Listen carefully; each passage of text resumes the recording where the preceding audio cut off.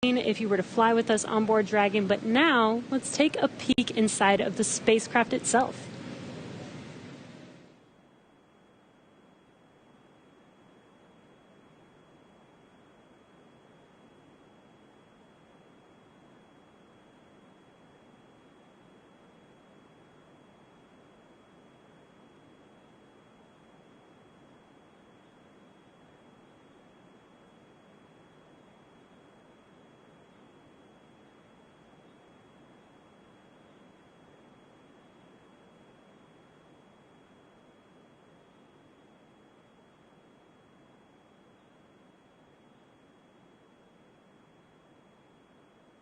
Intuitive to know what we need to do at any given moment in time. When I think about comfort for the astronauts, it's really every aspect of how you could interact with the spaceship that comes to mind. We have 3 different seat sizes. We even go so far as molding the foam around the astronaut's body so that there's not any pressure points, and it's just generally a pleasurable journey to space. Dragon is a spaceship that's all about safety and reliability. We designed it to be 2-fault tolerant, which means that any 2 things could fail. So I could lose a flight computer and a thruster, and I could still bring the crew back home safely. We also added a launch escape system. If anything goes wrong on ascent, the crew can get away from Falcon and get picked up safely. I've worked on Dragon since 2012. When I see Dragon lift off, I think I'm going to feel a buildup of emotion of 8 years of working with some of the best engineers and technicians across the country that put their heart and mind into making this incredible moment happen for everybody.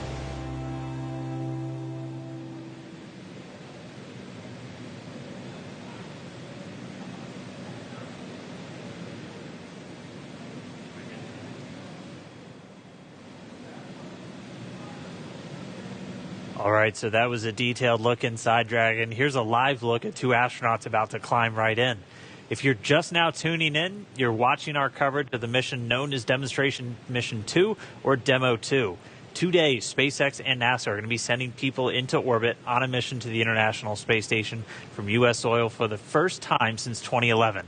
Bob Behnken and Doug Hurley are the NASA astronauts flying today, and you can see them right there on screen. They are just right next to their ride up to space. Yeah, very exciting. So as you can see, they have already arrived at Pad 39A, where Falcon 9 will lift off from at 3:22 p.m. Eastern Time today. They have ascended the tall structure already, which is next to the rocket, and it's called the fixed service structure, and also have already walked down the corridor, which is known as the crew arm, which is what they're standing in right now. That's right, and as they prepare to board Dragon, they have this one final stop they're standing in right now, and that's the White Room. The White Room is literally just the room at the end of the crew arm that has an opening into Dragon. It is the last place on planet Earth Bob and Doug are going to be standing before they step into Dragon for their ride to the International Space Station. And the term the White Room was first used during NASA Gemini missions, where the room right before entering the spaceship was painted white. And as you can see, we've continued this tradition with painting ours white as well. And on Wednesday, they actually started a new tradition by signing the wall in the White Room. It's a fairly small area that has room for the crew and a few ground support members to complete cargo load at T-minus 24 hours and crew ingress at T-minus 2 hours and 35 minutes, which is coming up here shortly. And ingress is how we refer to the crew boarding Dragon. Also inside the White Room is a movable platform that just gets extended out to the capsule just to make that boarding process much smoother for the crew to climb into Dragon. As you might expect, it's also environmentally controlled. You can see kind of a big seal right up against the side hatch, and that's just done so Dragon can be open while keeping all the dust, dirt, and the Florida humidity out of the capsule, making sure it's pristine for the crew. And so that seal is going to stay in place until they begin to retract it, get the arm ready to move out of the way, and by that point the hatch will already be closed. And the White Room also has lots of tools in order to open the side hatch, complete crew ingress, and prepare for any contingencies or emergency that may be encountered. And right now they're just in the White Room. They're getting a final briefing. You can see them with a number of different pad technicians. Everybody on that team has a specific job. Some are suit specialists who are going to help Bob and Doug get connected to their seats. Some are specialists with the Dragon capsule itself and are going to be responsible for closing the hatch. And we also typically have a photographer in there just to help kind of capture these moments as the crew gets ready. So right now we're watching, and we can see them start to line up there. We'll see Doug Hurley go in first, and so he'll be the first one through the capsule, and he's going to be ingressing. That's just like term for entering. You're going to hear a lot of these terms throughout the next couple of days as they make their way up to orbit. Ingress getting in, egress coming out. And they're also doing that final FOD check, making sure that the crew don't have any foreign object debris, dust, dirt, anything that could interfere with the systems on Dragon just before they get in. Right, as Leland and Lauren were mentioning earlier, they do have stuff on their suits to protect from FOD, and they have FOD covers on their boots. Just listening into the nets and hearing those updates live. But yes, once the FOD check is complete, they can enter, which is happening live on your screen right now.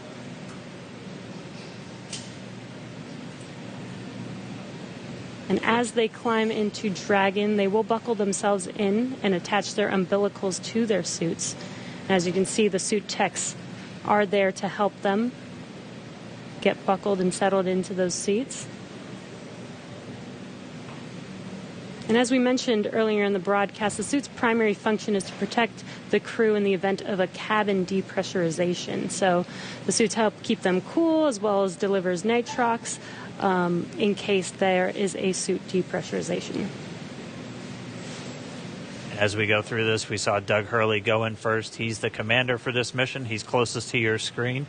And then Bob Bankin's just next to him, and they're going to get some assistance from these suit techs as they get in. There are 4 seats inside of Dragon for these missions, and they are numbered 1 through 4 if you're looking from the perspective of the suit techs inside the hatch, going from right to left.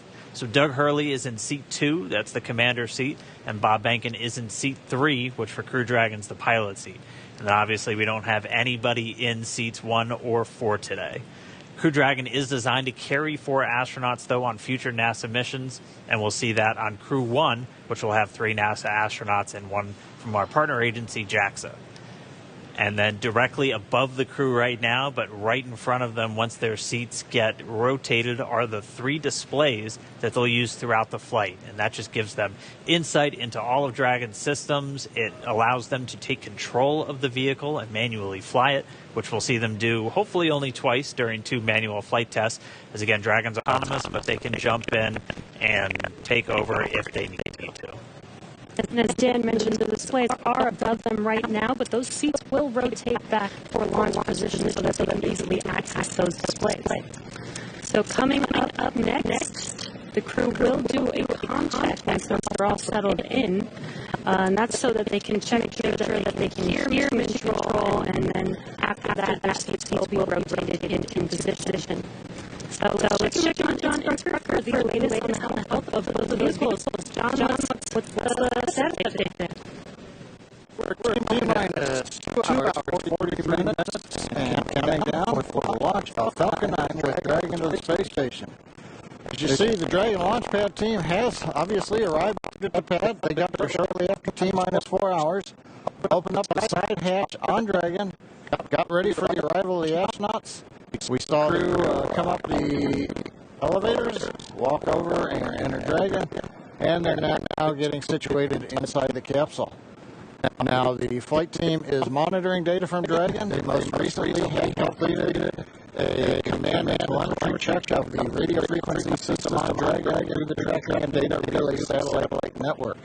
That looked to go well. There are no issues at work as we watch the astronauts getting situated in their seats inside the Dragon spacecraft. The Falcon 9 is preparing for final checkout from hello. Those checks are due to begin T-minus 2 hours and 42 minutes from now, when the launch crew officially gets on console in the firing room. All systems on Falcon 9 are currently go. The range continues to be green on the support side. The areas around the pad obviously clear except for the folks doing the entry into the capsule. Air and sea space here. We hear helicopter go by from time to time. The big concern is weather forecast. We are continuing right now at a 50% probability of violation of the weather constraints. The big concerns are going to be the thick clouds, precipitation, possibility of light lightning. I mentioned earlier, normally you get a strong sea breeze from the ocean that pushes inland and keeps the clouds in central Florida building up. But today's sea breeze is really weak, so we expect that thunderstorms will get closer to launch pad. We're also checking downrange conditions. If there's a contingency splashdown of Dragon, we're looking at essentially the wave heights, lightning, rain along the trajectory. Right now it's marginal, but it is still go. We do expect that to improve slightly during the day. So fingers crossed there that the downrange weather looks good. But right now, at T-minus 2 hours, 41 minutes, as the clock continues to count down, all systems are go for launch. All right, thanks, John I. And as we watch Bob and Doug get buckled into their seats, once again by SpaceX, just kind of walk through everybody what made Dragon in 21st century spacecraft. So first off, thanks for coming in today. I know you got to come in for a launch. That was always tough. Of course. Walk us through again kind of Dragon's life history. I mean, we have one in a clean room pretty soon right behind us. Walk us how we got to where we are today to have Bob and Doug climbing into that spacecraft. Sure. So SpaceX was founded to make life multiplanetary. That was why Elon started the company back in 2002. But also when he founded it, we were a very small company for several years. And so we had to look for opportunities to, hey, how do you go from being a small company to actually putting people into orbit? So when NASA came out with the need to fly cargo to and from the International Space Station, we jumped on that because we said, hey, first, not only is carrying cargo to and from the space station cool, I bet we could actually then fly people to the International Space Station. And hey, for 8 years now, we've been flying cargo, and now we are transitioned over to flying crew and cargo together. So that's basically been the evolution of Dragon, and it's been awesome. And I know when we see Falcon 9, we get to talk a lot about reusability. Everyone is very familiar with the first stage coming back down, how cool that looks. Dragon is also designed with some reusability. In fact, you've flown Dragon multiple times, or you've flown Dragons multiple times to the space station. How does reusability factor into Dragon's life cycle? Yeah, so I'll actually talk a little bit about both, because one thing I think everyone always thinks about reusability and, hey, it saves money, or that's great, but reusability actually improves your reliability. So when we get Falcons back and when we get Dragons back, either after one mission or multiple missions, we can do all these detailed inspections on them. And that's super important because when you fly a vehicle, you only have so many sensors on it. You can't put a sensor, every single rocket or spacecraft. There's already way more than anybody really realizes. Exactly. But so, especially for rockets that wind up in the ocean, some people don't have any idea of what they actually went through. So the fact that we get all the hardware back, we were able to inspect literally every square inch of it and make small design changes that actually improve reliability for the whole fleet. So even though Bob and Doug are on a brand new rocket and a brand new spacecraft, those spacecraft are actually more reliable based on knowledge we've learned from reusability. We've walked people through a lot of the new systems on Dragon. What are just some of the cool things that are maybe beneath the surface that people don't know about with Dragon? So I think one of the coolest things is the autonomous docking system. And what that is it's basically we have, GPS sensors on Dragon, but then we also have cameras and imaging sensors such as a LiDAR on the nose cone or the front part of Dragon as it's approaching the space station. And all these sensors feeding data to our flight computer to say, hey, how far away am I from the space station? What's my relative velocity to the space station? And then that feeds into the flight computer, which has algorithms written by our engineers to say, okay, based on how far away you are in your race, here's how you fire the thrusters to most effectively get to the docking target. And I think that's just super cool. Well, I mean, we're all waiting for our cars to drive ourselves to work, and for Bob and Doug, that's exactly what it's doing for them. Exactly. And what I think is so cool is the computer does this just flawlessly. It's easy. When I tried to do it, I failed miserably. I tried to dock Dragon to the ISS 3 times, and I failed. The fourth time I got it, I will tell the public out there that on our website we actually have a Dragon ISS simulator, so you yourself can try and fire the thrusters and see how well you do. Maybe I'm just a bad driver, but I think the flight computer does a really good job. We all had fun. All right, we are starting here. They're going to start up those comm checks with Bob and Doug. CDR, PLT, comm check. So let's listen in. CDR, loud and clear. PLT, loud and clear. Core, loud and clear. Umbilical comm check complete. Stand by for ground station comm check.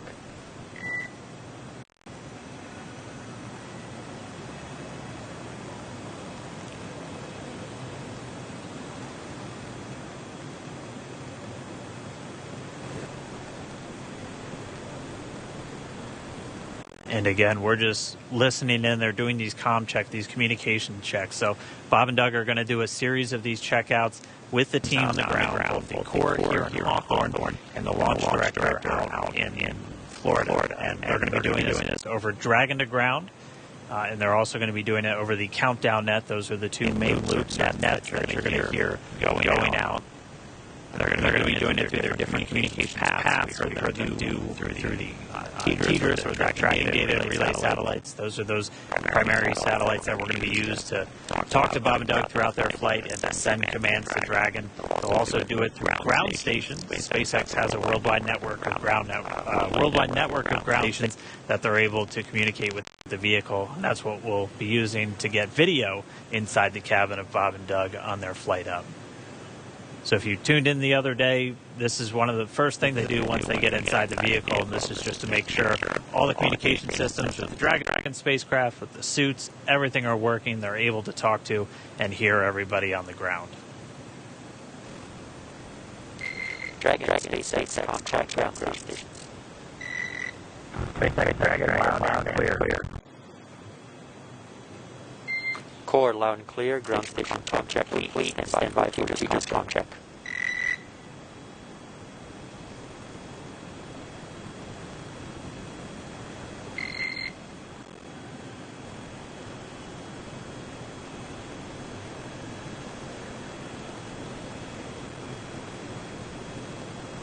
And just a reminder, you're keeping core, the crew operations responsible engineer. That's, if you've followed NASA missions in the past, that's the Capcom position. That is this pretty much the singular voice that's talking to the astronauts throughout their flight. And that's a position based here in Hawthorne, California. And you'll also hear Dragon SpaceX comm check TDRs. SpaceX Dragon, loud and clear. Core, loud and clear. TDRs comm check complete. Stand by with comm check with MD and LD on the launch configuration.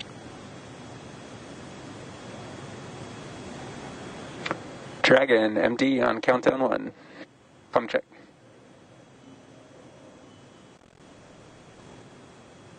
SpaceX Jason, loud and clear. Copy, loud and clear. Glad to have you guys on board. Stand by for comm check on Dragon to ground.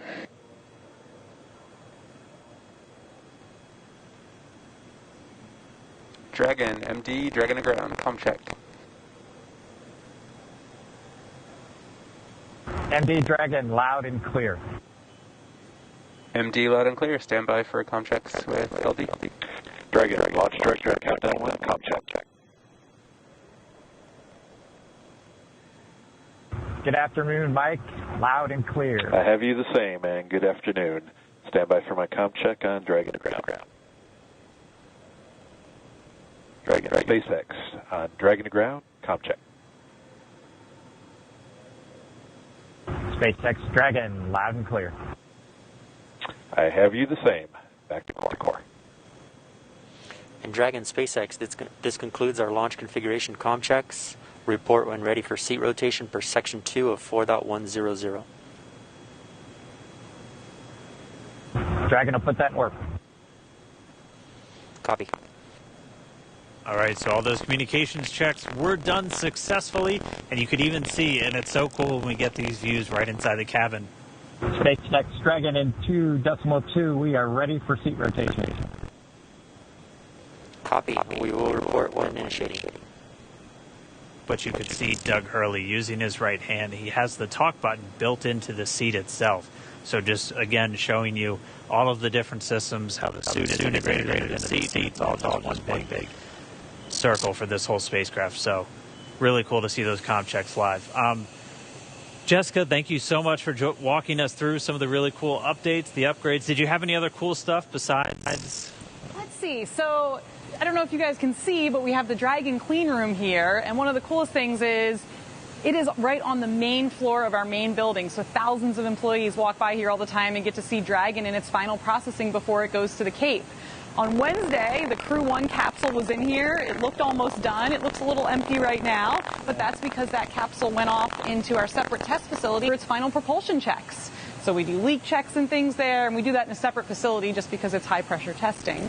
And then the vehicle will come back here, a protection system put on, and then it will ship off to Cape Canaveral and get ready to launch 4 astronauts to the International Space Station. I mean, what's it like to see it? Because when you see the first initial pressure vessel, it looks nothing like the final thing. So what's it like to just kind of watch it go through, and you just see little bits get added on. At a time, each piece has its critical function. And now, pretty soon, Bob and Doug will be in their launch configuration, and they'll be ready to go.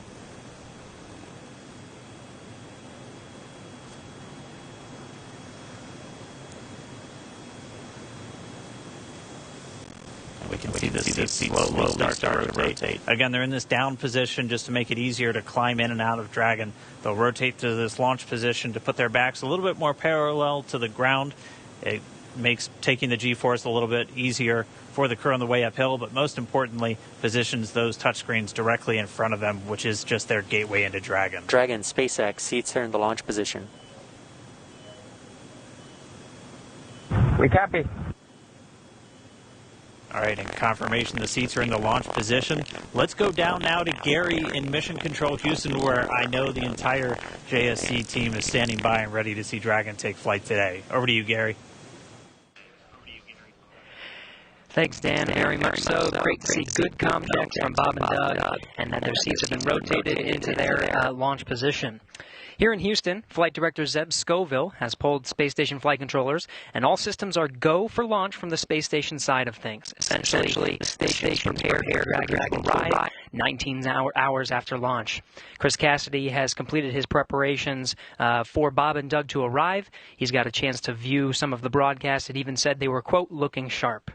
Flight controllers here will monitor the countdown, but really it's up to the teams in Kennedy and Hawthorne to get us to liftoff at this point. So we want to hear your comments as we continue to count down to launch. So let's go to the social desk now. Tahira. Thanks, Gary. So glad to hear that polls are go, at least on your end, and just hoping this weather just works out good for today's launch. I mean, people online are on the edge of their seats. We just checked numbers, and we are up to 1.1 million viewers right now. That's almost double when we checked last time. And right now, we also have Columbia, South Carolina is leading the viewership, so interesting to see how that changes. Let's take a broader look at the conversation online with this heat map of the United States. Now this shows launch American mentions by state over the past week, and we have California leading right now with the most mentions, and I'm very surprised. I really thought the Space Coast would take it home, but let's see how this changes over the course of the broadcast. And with that, let's see what y'all are posting online right now. Guys, I mean, check out these outfits. Absolutely love it. Love to just see how people are making things creative for this launch and really making it their own, putting their personal touch on it. Let's take a look at another. Oh, we are back to the Launch America Heat mentions, so let's see how that changes over the course of this broadcast. But really fun to see those photos online. Oh, we have another space tech, guys. These do not get old, so please use hashtag Launch America on social media. Right now, it looks like we have Catstronaut Boris, who is ready for his launch in the Crew Dragon capsule. I love seeing the pet owners unite for this mission. So like I said, definitely use that hashtag. We will be looking for it during the show. Marie, what's the latest at Kennedy? Thanks to Hero, we are at T-minus 2 hours, 26 minutes, 47 seconds and counting from liftoff of the Falcon 9 from the Kennedy Space Center here in Florida, carrying NASA astronauts Doug Hurley and Bob Behnken. You see them right now aboard SpaceX's Crew Dragon spacecraft. It's been a very exciting day so far. The crew has been up since about 8 o'clock this morning as they prepare to head to the International Space Station as part of this DM-2 mission for NASA. And as we speak, the astronauts, as you saw, are inside Dragon and have completed their comm checks, so now they can communicate with their teams here on the ground. And their seats have rotated upright to their reclined launch positions, allowing them to see and access the display panel. And now they are about to, they initiate their own suit check to make sure that they're seen in proper working condition before liftoff. And in just a little bit, at about T-minus 1 hour and 55 minutes, it could happen a little bit sooner, though. We're running a little bit ahead of schedule. We will see the closeout team begin to close the side hatch in preparation for flight. And that's going to be one of the key visual milestones on the timeline to liftoff. Now, we want to take you to a couple of special guests we have joining us. They are with Daryl Nail at the OSB-2 viewing location, NASA Administrator Jim Bridenstine, and also Kennedy Space Center Director Bob Cabana is there with Daryl. Hi, Daryl. Hi, Marie. That's right. We're in the fifth floor of the Operations and Support Building here at the Kennedy Space Center with a nice view of Launch Complex 39. And the two men that you mentioned are here to join me to answer a few questions. We're excited to have them both here, and they are, of course, Bob Cabana, the director of the Kennedy Space Center, and Jim Bridenstine, administrator for NASA. Gentlemen, thanks again for making the time to be here. Of course, the big story right now, Jim, is the weather. So let's talk a little bit about that. We can see there's some clouds building. That was forecast. You took part in a weather briefing this morning. What do you know about the weather and the decision that was made to say, hey, let's give this another shot today? Yeah, so what got us last time was the electricity in the atmosphere, and of course today there are in fact buildups. It doesn't look like there are thunderstorms at this time, but they are expected. The question is, when do those thunderstorms go away, and when those thunderstorms materialize, where are they located? We are predicting about a 50-50 shot of going this time, but given the fact that we are in late May in Florida, we have to take every shot we can get. So it's not likely that in a couple of days it's going to be any better than it is today. So we are a go for launch right now, and we are hoping that the weather will hold up. We almost made it on Wednesday, and the trend is better today than it was on Wednesday. So we'll see. And I saw a forecast that said the clearing is supposed to happen right around 3 o'clock in the afternoon. So that's right. We're hoping that launch is at 3:22, clearing, at the earliest 3 o'clock, at the latest 3:30. So depending on when that happens, we'll either be go or no go. But again, we're going to take every shot we've got. Also watching the downrange weather for a potential rescue in case there were an abort. That's right. So we have these staging areas. When we go from the first stage to the second stage, that's a higher risk evolution. We want to make sure that in the case we have to exercise the launch abort at that point, that the weather is good. And of course, that's off the coast of North Carolina. The big thing there is it's great that we have a launch abort capability. The challenge is that launch abort capability includes parachutes. And with parachutes, you've got to make sure that you've got the weather to come down. If there are thunderstorms or downbursts or high winds, that's problematic for the parachute system. Right, and sea states as well, bouncing that capsule around in the ocean. Bob, of course, you're an astronaut. You know what it's like to hit the reset button and do it all over again. Get into the spacecraft, get ready to go, only to be told, no, we're not going to go today. We're going to try it again. What's that like? And then tell me about the mindset as you have to kind of reset. Do you feel less anxious? Do you feel more comfortable the second time around? You know, Daryl, first off, my last flight, we counted down to 18 seconds and didn't go, man, if you get 18 seconds, you're ready. The key is, it's the training that we go through. All the repetition that we do, we practice everything, including scrubs. And just because you didn't launch doesn't mean you don't have something to do. So you got to go through the backup procedures. It's all done professionally.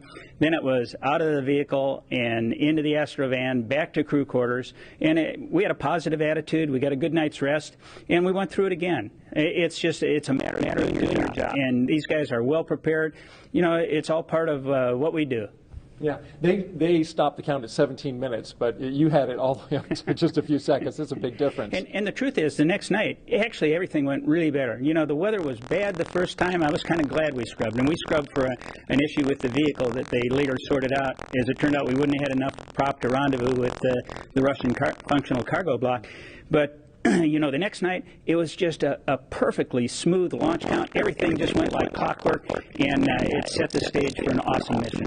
I think you told the press before you walked out, I think you were over there at astronaut crew quarters, we're going today. I'm wondering, where's the source of that confidence coming from? I just got a feeling, you know, you got to have a positive attitude. I watch a lot of weather down here supporting shuttle missions, and I'm hoping that those clouds over the I-95 corridor, that the Indian River keeps them west of us, and that stuff that's building offshore is far enough off that we can stay in an open window here at the Cape. Good. Well, we got your positive vibe going, and we appreciate that.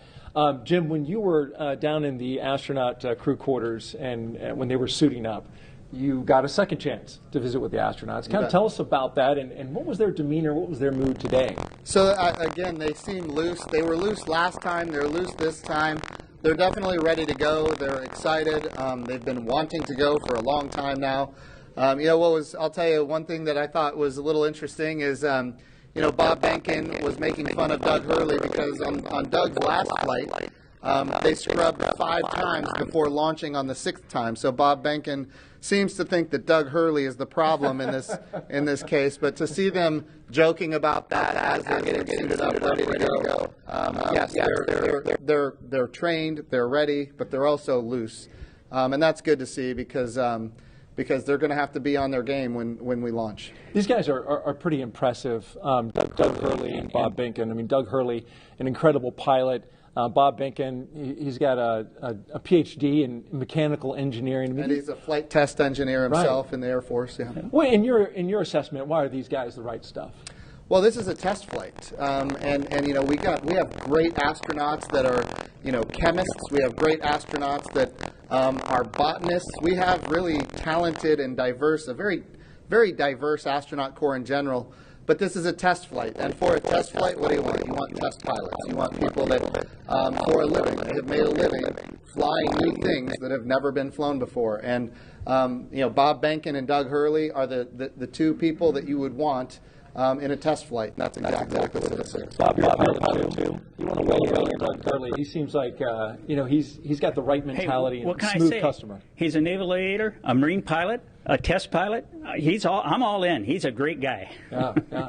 And tell me a little bit about in terms of the Kennedy Space Center, right? So you've been here since 2007, right? 2008. 2008. Sorry, off by 1 year.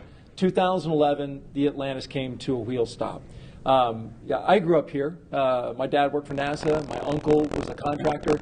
When that wheel stop happened, the next day, my uncle got the layoff notice, right? And it 30, 60 days. It was depressing. We're talking about thousands of people laid off. Super depressing. Atlantis landed on a Thursday. On Friday, 2,000 contractors got pink slips and walked out the door.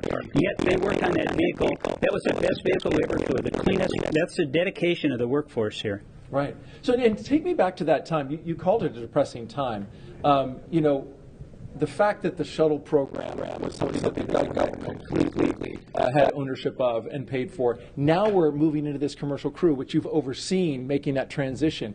And tell me about that 9 years in which we made that move. Well, obviously, everybody was really attached to the shuttle. I mean, it was our history for 30 years. It did an awesome job.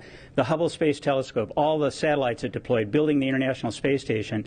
But when I first got here, I told everybody the shuttle program's going to end. We have to start preparing for our future. And nobody wanted to hear that. But how many times in your life do you get to define what you want your future to be? And we set out on this bold goal of trying to turn KSC into a multi-user spaceport, supporting both government and commercial operations. And I've got a very persistent team. They worked extremely hard. And through a number of agreements, we were able to make it happen. And this is the future. Commercial spaceflight, the administrator says it all the time. We want to establish a commercial environment in orbit so that we can focus on the hard job of exploring beyond our home planet, to establish that presence in our solar system beyond planet Earth, establish a sustained presence on the moon, get to Mars, establish a presence there. We can't do that if we're locked here in low Earth orbit. And commercial crew with both SpaceX and Boeing, that's the beginning of a whole new era of spaceflight. All right, very good. Quick question. We've got, of course, a special guest coming back today. The President of the United States plans on being here. Jim, you took him around the first time around. How did that go? I think I saw a picture on Twitter. He signed some space hardware. That's right. So he took a look at the Orion crew capsule. Of course, the Orion for Artemis 1 is ready to go. And he signed a piece of hardware that will fly on the crew capsule for Artemis 2. So that's kind of, and not just him, but the First Lady and the Vice President and the Second Lady, they all signed it. So their names are going to fly around the moon on Artemis 2, which is exciting. But I just want to give Colonel Cabana a compliment here, because he did bring this spaceport through a very difficult time. And now it is a multi-use spaceport, and we do have commercial, and we have, in fact, even international launches here, and now we're going to have commercial crew launches. Bob has done a wonderful job transforming this spaceport. That's why we're doing commercial crew. NASA wants to be one customer of many customers. We want to have numerous providers that are competing on cost, innovation, safety, driving down costs, increasing access. But even better today, when I took this job just a few short years ago, our budget at NASA was around $19 billion. The budget request that President Trump gave us for next year is $25 billion. We are in a great position because the President is committed to space exploration. Of course, he's committed to the Space Force. We haven't had this much support for space since John F. Kennedy, and we have bipartisan support. Everybody wants to see the Artemis program be successful. Everybody wants to see not just the next man, but the first woman on the moon, and that's what we're building here. Yeah, it's key to it all is that bipartisan support, and of course, what the work that Bob's been doing here. You can see the commercial activity all around this place. We're going to get to some questions on social media real quick that our audience wants to find out. So the first question is from James on Twitter, and he asks, what is the hardest part of going to space? And we're going to have to give that question to Bob.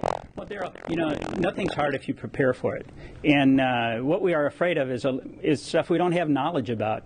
And that's what we do when we learn how to be astronauts. We train, okay? And you spend a long time as an astronaut candidate learning. You spend a long time preparing for a mission. For an International Space Station mission, training around the world on all the different modules and everything, it's like 2.5 years of training before you get on orbit for that time to actually do your work. So I'd have to say the hardest part is the preparation for it. But you are so prepared when you go. You just have total confidence. You know that you are very well trained for what you're going to do. You have an outstanding team on the ground supporting you. And that is so important to have that ground support as you climb into that vehicle. You know that they've done their very best to ensure your safety and a successful mission. But after that, it's a piece of cake, except no simulator on Earth can prepare you for what those guys are going to feel. It's better than a cat shot off an aircraft carrier. I believe it. Maybe one day I'll get to try. The commercialization effort means we want everybody to be able to fly into space. That's Absolutely. the goal. It's a great point about preparation, because that's not the highly visible part. The launch is, and so it's good to know that all that preparation leads to that confidence. By the way, just an update operationally, they're getting ready to close the hatch door. You can see on your screen there, the workers there are getting ready to get that closed, and working on that right there with Doug Hurley and Bob Binken on the inside of Crew Dragon. Our next question is from Mathis on Twitter, and he asks, what kind of operations will the astronauts do between the liftoff and docking with the International Space Station? I know you pay a lot of attention, Jim, to the operations, especially of this mission. You bet. What do you know about that? So there's a number of things. The first thing that they have to do is, of course, we've got a number of burns to get in phase with the International Space Station. We've got some boost burns as well. We're talking about operating the rocket engine to get in alignment with the space station. But I'll tell you, the biggest thing that we need the astronauts to do once they get on orbit and before they dock is rest. We need them to eat. We need them to rest. We need them to be prepared for that docking. Once they are in the range of the International Space Station, they're going to start maneuvering the spacecraft themselves. Not automatic, but they're going to do it themselves. They are, in fact, test pilots, and as test pilots, they will test fly this vehicle to make sure that it operates as advertised. And, of course, then they will dock with the International Space Station. And a unique capability here is it's automatic rendezvous and automatic docking. And so we're going to be able to see that for the first time as well. That's going to be exciting to see. Thank you for sharing that with us. Jim Bridenstine, Administrator of NASA, Bob Cabana, Director of the Kennedy Space Center, thank you both for joining us. And we're going to send it back to Marie in the studio. All right, thanks a lot, Daryl and Mr. Bridenstine and Mr. Cabana for joining us. You can see some clouds starting to gather over Launch Complex 39A. We're keeping a close eye on weather. Again, 50% chance of launching today. We just got to see what the weather's going to do. A little bit ago, we heard the crew complete their comm checks live on the air. We saw their seats rotate. That helps get them into a little bit more comfortable position for the G-forces during launch. And more importantly, it helps them be in a better position to interact with the screens in front of them. They completed their suit leak checks. We saw during the interview just a few minutes ago the hatch begin to close, and so inside the white room there, the pad closeout team is in there still doing some work. That hatch closes, you know, it's not as simple as just closing a car door. There's a process to seal it and check it and make sure that everything is sealed properly, right, Lauren? Yeah, that's correct. If they haven't already started, one thing that will be coming up next is the leak check. What they'll do is they'll attach a piece of ground support equipment. They don't have it in their hands right now, so it looks like it hasn't started yet. There it is. You can see it there. The closeout member number 5, it's already attached to the side hatch mechanism. And what they'll do is they're essentially checking for the leak rate. And they'll hold pressure there for a few minutes and then track that change in pressure over time to make sure that it's within bounds, making sure that you don't have any issues with those O-rings there that are holding that pressure. And so once they complete that leak check, they will then do what is the called the installation of, or the final installation of the SPEP, or side pressure equalization plug. That's basically a plug that once the capsule splashes down, what you'll do is actually remove that, and what it does is equalizes pressure across the hatch. So once that thing is plugged in, you know that everything is super tight and that you shouldn't have any leaks on orbit.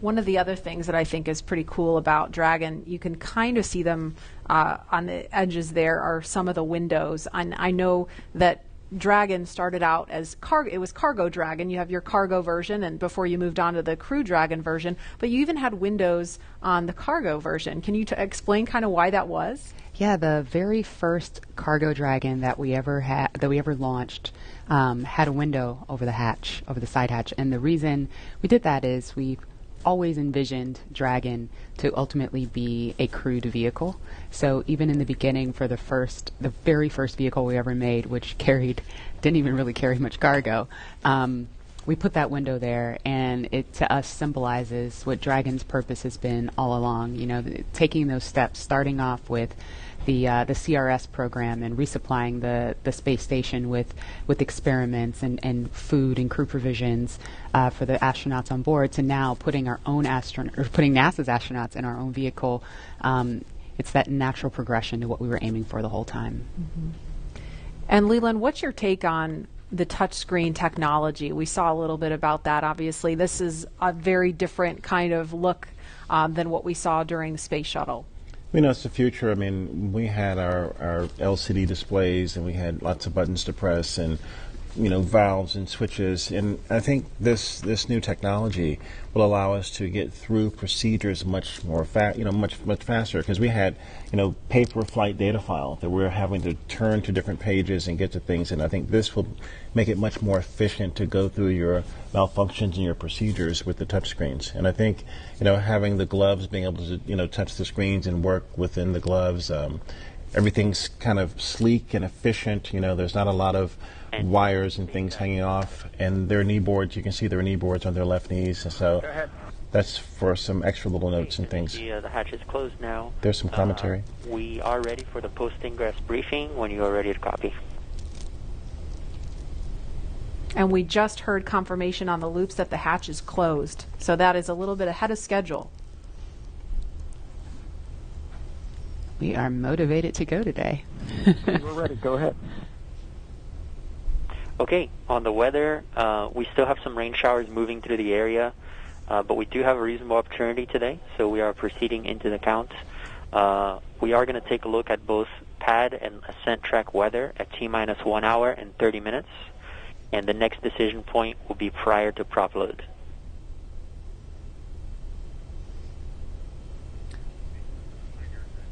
Okay, we copy. And on the vehicle health front, both F9 and Dragon health remains nominal with no items of note. So we just heard the weather is still iffy. Good news. Thank you. The weather is still iffy. This concludes the post-ingress brief. Report when ready for comm checks with Falcon 9 operators.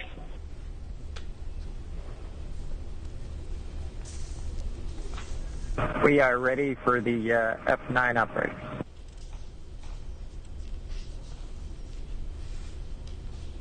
Copy. Expect that shortly.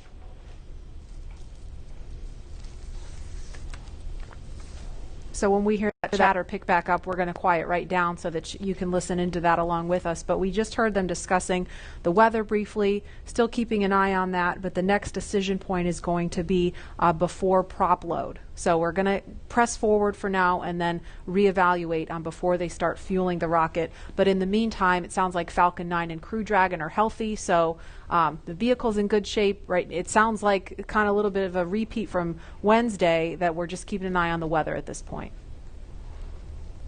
You can see on their left legs, well, in that previous image. Dragon SpaceX comm checks with F9, you can expect it in about 1 to 2 minutes. Dragon's ready. All right, on their left legs there, they have these satchels that are strapped to their legs. Inside are some crew provisions, including these tablets that you see that they have displayed there. You say, Lauren, those are tablets versus just kneeboards that you can write on? Or the tablets are inside. Oh, they're inside. Yes. Okay. Okay. And so when would they pull those tablets out to use them? During the mission, okay. while on orbit. Okay.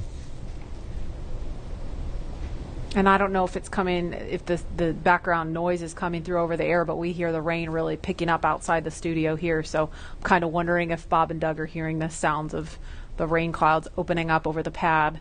Looks like it's still kind of patchy out there. But again, we were following some thunderstorms that look like they may be making their way over here. It kind of looks like it's raining from that view. It's a little bit hard to tell through the haze.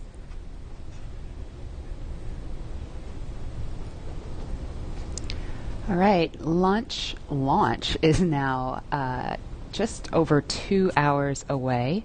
Tahira, you are there with the social teams. Now that the hatch is closed and the rain's picking up and all kinds of exciting things are going on right now as we count down and get into the last 2 hours of the count, I bet things are getting pretty interesting on social media.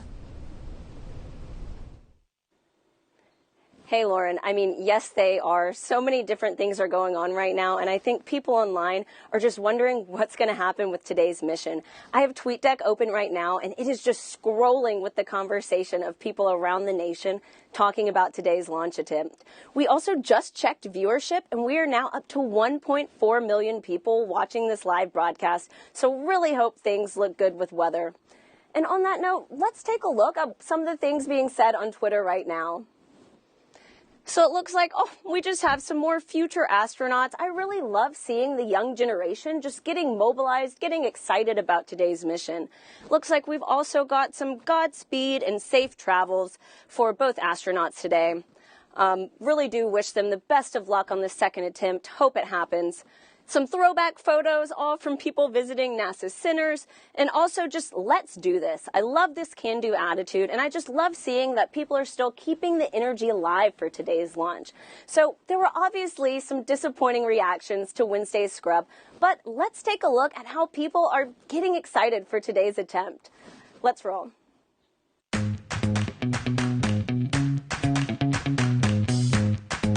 Ready for takeoff. Ready to launch America. 3, 2, 1, go!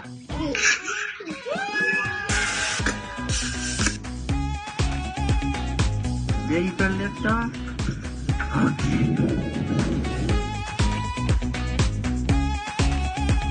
To infinity and beyond!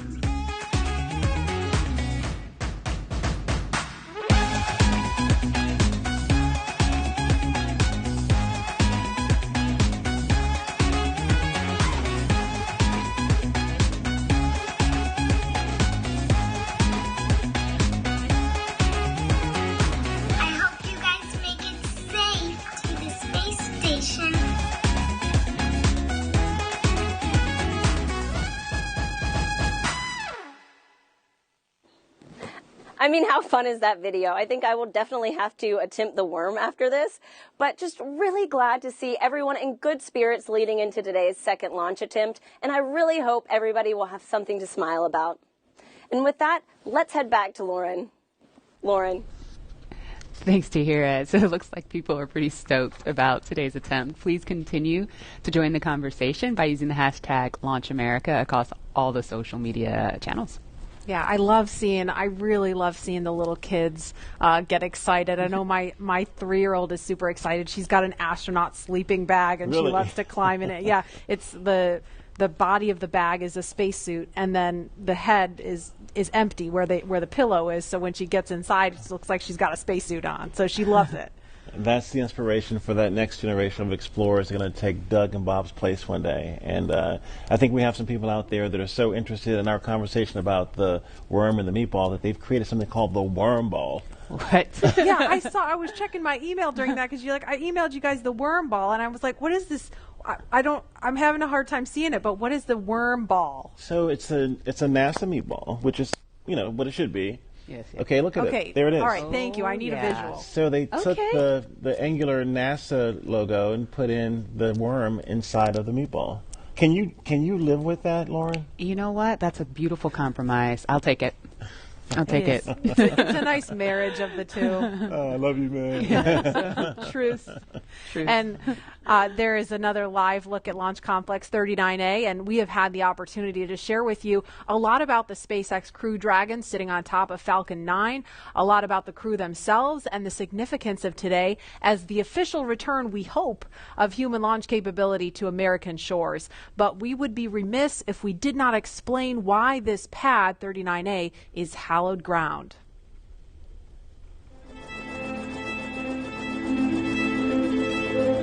We're go, same time, we're go.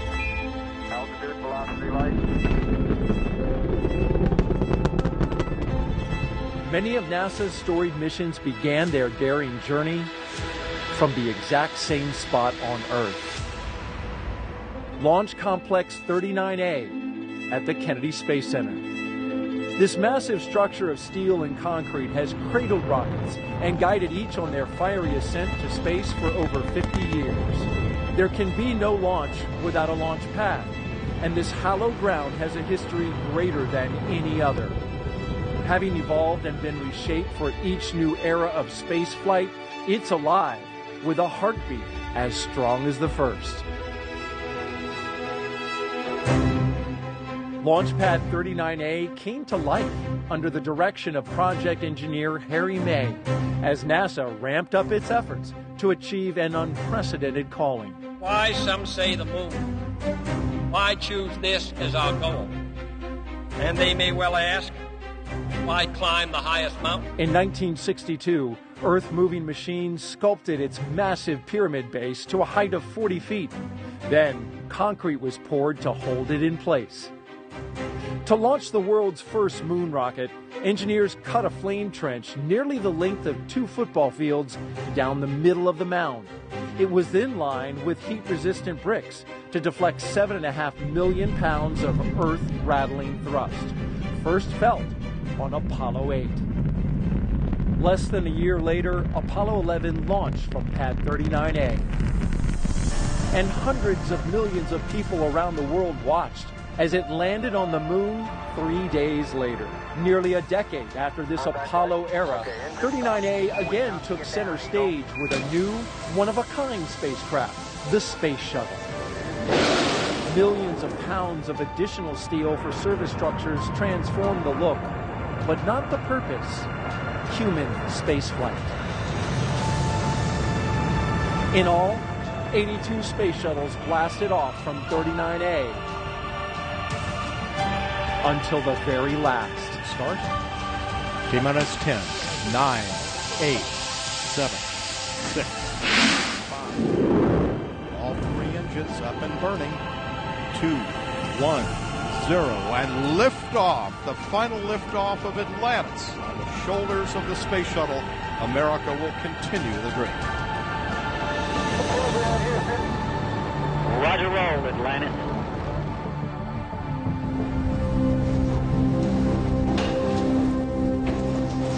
With the fleet retired, demolition crews removed the shuttle-era hardware to clear the way for NASA's monumental decision to lease this historic launch site to the private company SpaceX. Today, its sleek and modern design supports a family of rockets that has advanced the commercial age of American spaceflight. Now, 50 years after it first sent humans to the moon, this historic spaceport stands ready for the next wave of human exploration.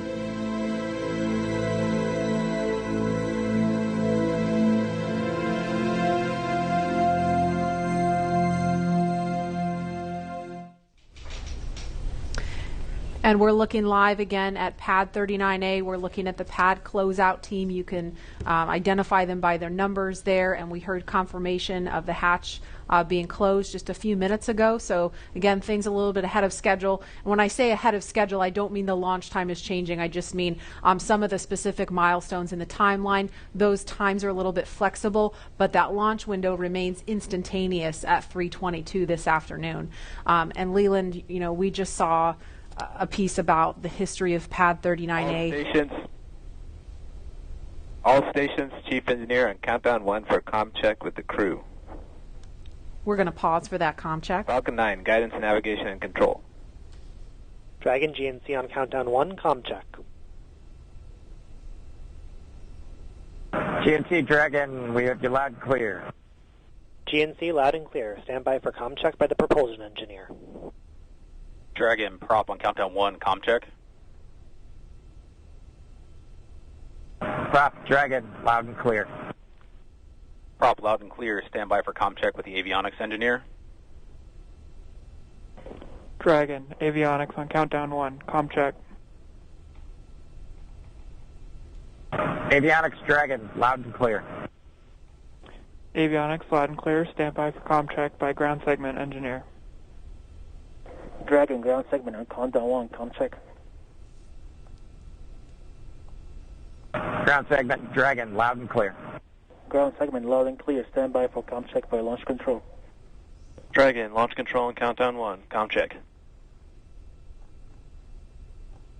Launch control, Dragon, loud and clear. Launch control, loud and clear. Stand by for comm check by the Chief Engineer.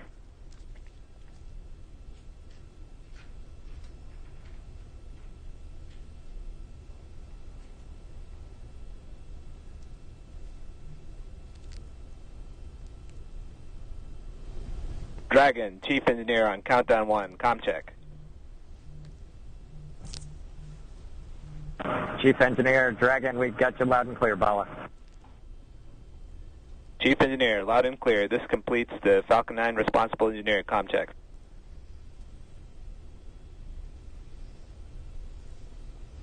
And we just saw a thumbs up from Doug Hurley. We listened to a series of comms checks there, and so everything. Chief Engineer on Dragon to ground.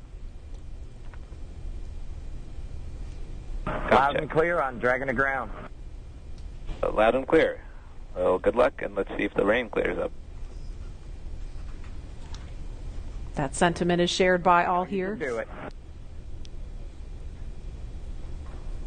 Copy that.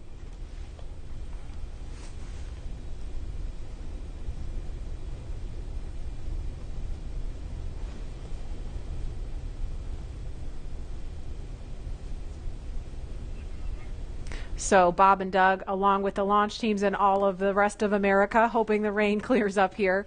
But as far as comms checks go, everything sounded pretty normal, pretty nominal there. So we're just waiting on the weather to clear up.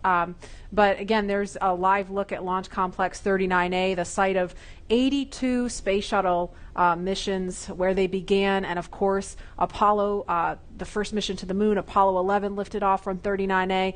And Leland, you were just 5 years old when that happened. Take us back there. Marie and Lauren, I was 5, and I was the antenna engineer during the broadcast. I was the kid standing behind the black and white Sylvania television holding the rabbit ears, and my dad said, move to the left, move to the right. And I was trying to look around the television to see what was going on, but they said, no, don't move, stay there. So I never actually saw the actual landing on the moon, Neil and Buzz walking on the moon. And the next day, all my friends in my community were like, yeah, you want to be an astronaut? We just had this momentous thing. I said, no. I didn't see it. I want to be Arthur Ashe, because Arthur Ashe trained 5 blocks down the street from where I grew up. And my dad talked about his excellence, his perseverance, his athleticism. And so it wasn't until I got to NASA, working as an engineer at NASA Langley, that a friend of mine said, you'd be a great astronaut. And I just laughed at him. And I didn't fill the application out, but another friend of mine got in, Charlie Camarda. And I said, if he can become an astronaut, I can become one. So I applied the next year, and I got in the 1998 class. And I think about this, again, storied legacy, Pad 39A. I was there in 2008 and 2009, Space Shuttle Atlantis, the last one that came in with Doug and the rest of the crew. And it's just an amazing time to see this new era with Lauren, with your SpaceX Crew Dragon about to take off. I never heard that story. I've got a million stories. A million stories. Wow.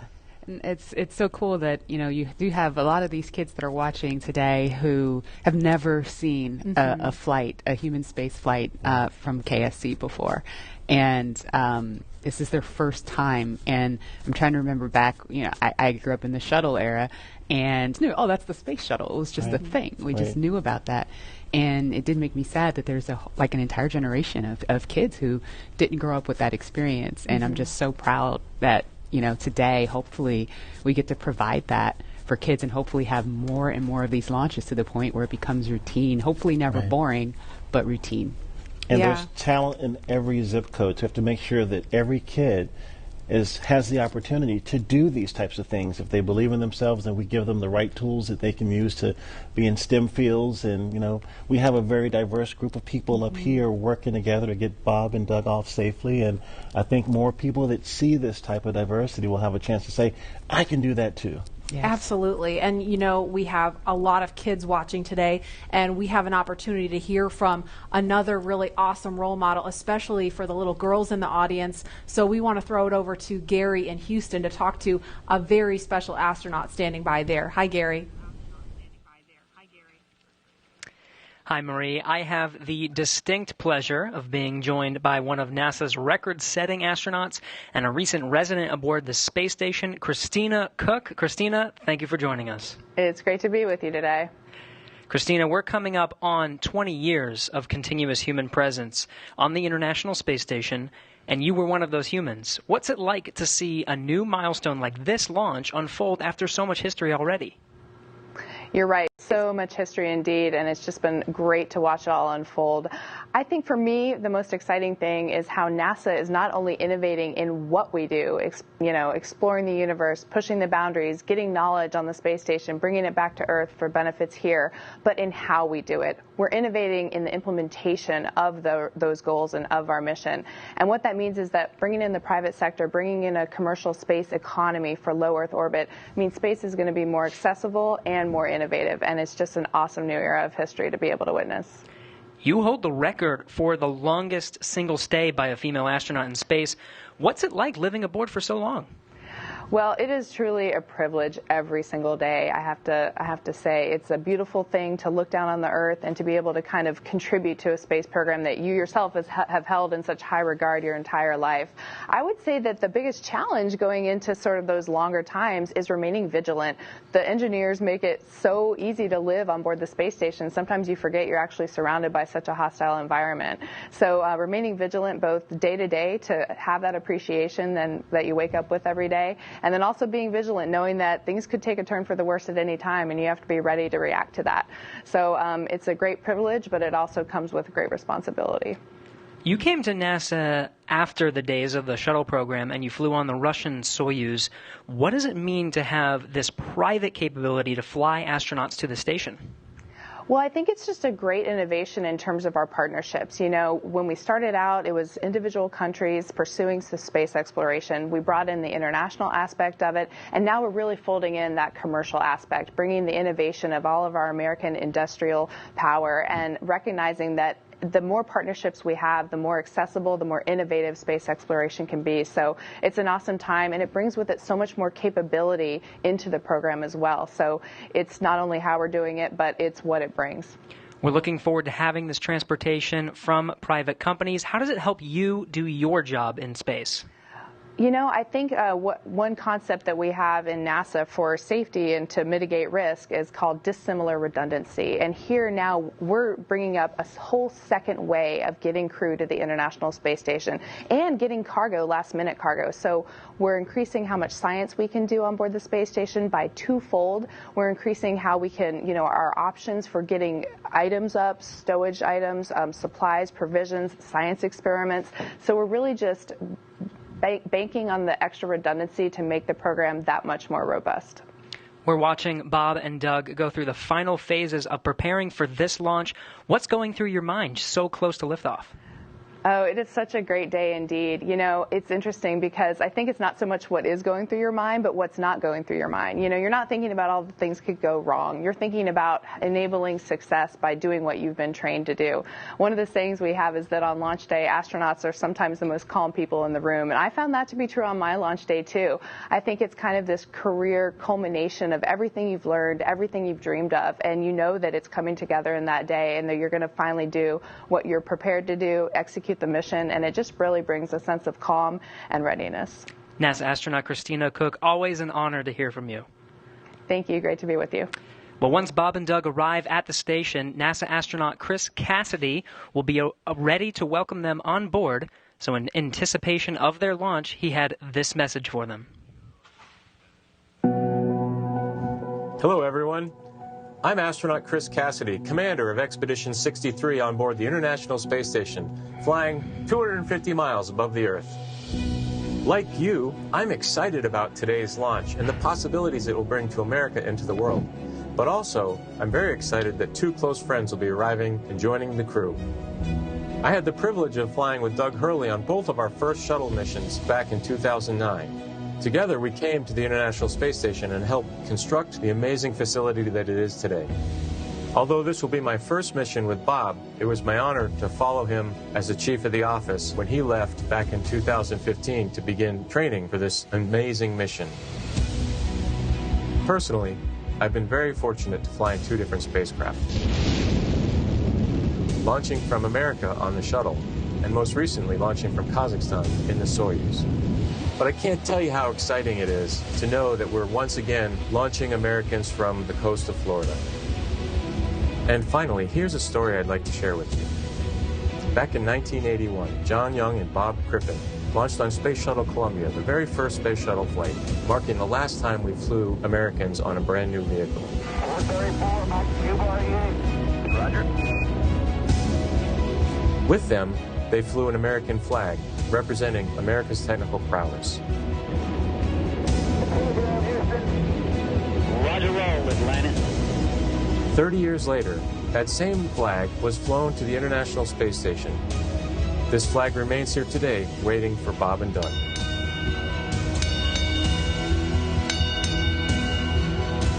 Our flag means so many things to our country, and this small piece of America represents what we'll be able to achieve together. We'll never stop exploring. And so Bob and Doug can take this very special flag home to Earth, where it awaits its next journey to the cosmos. In a few years, the first Orion crew will take this flag with it around the moon. All of this starts today. I'll be watching outside the window along with everyone else in America and around the world. I can't wait to look out the window and see my friends on close approach.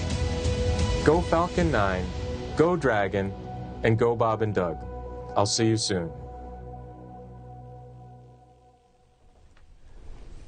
And there again is a live look at Launch Complex 39A at Kennedy Space Center in Florida, where we are T-minus 1 hour, 41 minutes, 58 seconds and counting from liftoff of the Falcon 9 rocket carrying Crew Dragon with astronauts Bob Behnken and Doug Hurley strapped inside. We can see some raindrops on the screen there. It looks like rain coming down at the pad, but we're still monitoring weather, and it sounds like there's going to be another decision point before they start fueling the Falcon 9 rocket, which is scheduled to happen at about T-minus 35 minutes. So we just heard a little bit about where they're headed. If the weather cooperates today, to the International Space Station. Leland, you've been there twice, and I know just from what you've told us, it's this Leviathan in space and the site of so much important work and partnerships happening. Right. Chris Cassidy is up there floating in the Columbus laboratory that I installed, or our team of us installed on STS-122. And I think about, using this robotic arm that was made in Canada. The European Space Agency built the Columbus laboratory, and my job was to use that arm and attach it to the International Space Station. And as it was getting closer and closer, the motion just stopped. And I'm like, what is going on? And there are 4 ready-to-latch indicators that have a very slight spring force that I was moving so slowly with the hand controller, the translational hand controller, that spring force stalled out the motion. And Peggy Whitson was behind me, and she said, Leland, there's some commentary. Weather update, I think. Go ahead, sir. Hey, Doug. We're still waiting for a weather update expected at 18 Zulu. Therefore, the next assessment will be closer to the propellant load time. We are currently no-go on launch weather, but we are showing an expected clear of 1830 Zulu. Okay, copy all. Thanks for the update.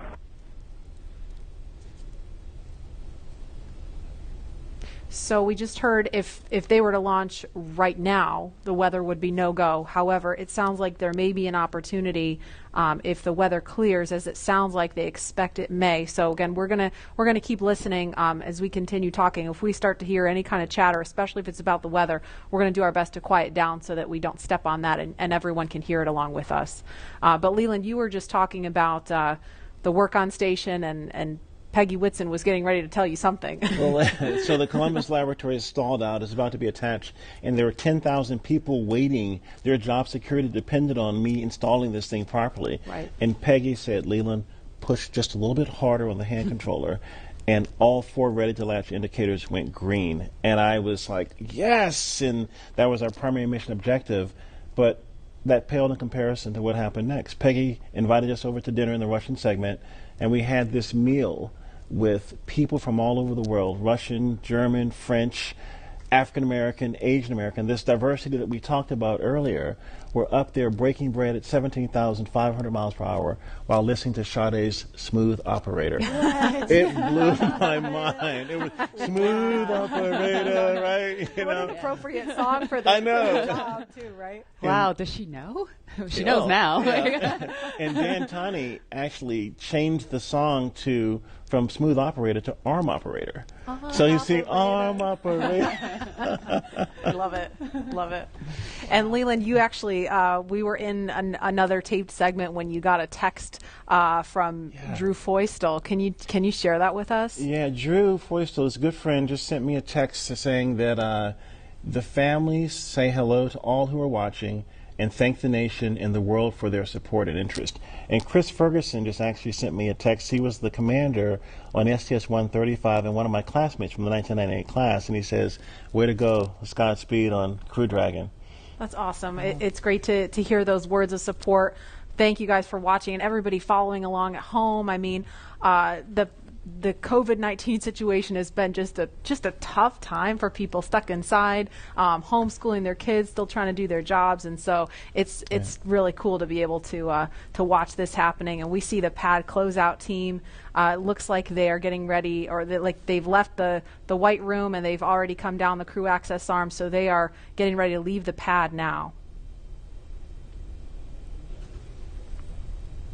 And we are going to go now to the Operations and Support Building 2, where Daryl Nail is standing by with NASA's Chief of Staff to talk to us a little bit about some of NASA's ambitions beyond the International Space Station and its work with the Commercial Crew Program. Daryl? Yeah, that's right. We're here in the mission briefing room at the top of Operations and Support Building here, where there's a lot of important people that are gathering to watch the launch here. And one of those people, it's not me, by the way, one of those people that is important is Gabe Sherman, NASA's Chief of Staff. We appreciate you being here. Hey, thanks for having me, Daryl. You got kind of the insight of what's coming down the pike here at NASA. So, of course, today is Commercial Crew, and we're focused on that, seeding the commercial market. But what's off in the horizon for NASA? Well, I'll just tell you, it's an incredibly exciting time to be at NASA, and you know this. I mean, you're here every day. But whenever you think about what we're doing with Commercial Crew, in the horizon in July, we're launching Mars Perseverance, which is just going to be an incredible thing for us.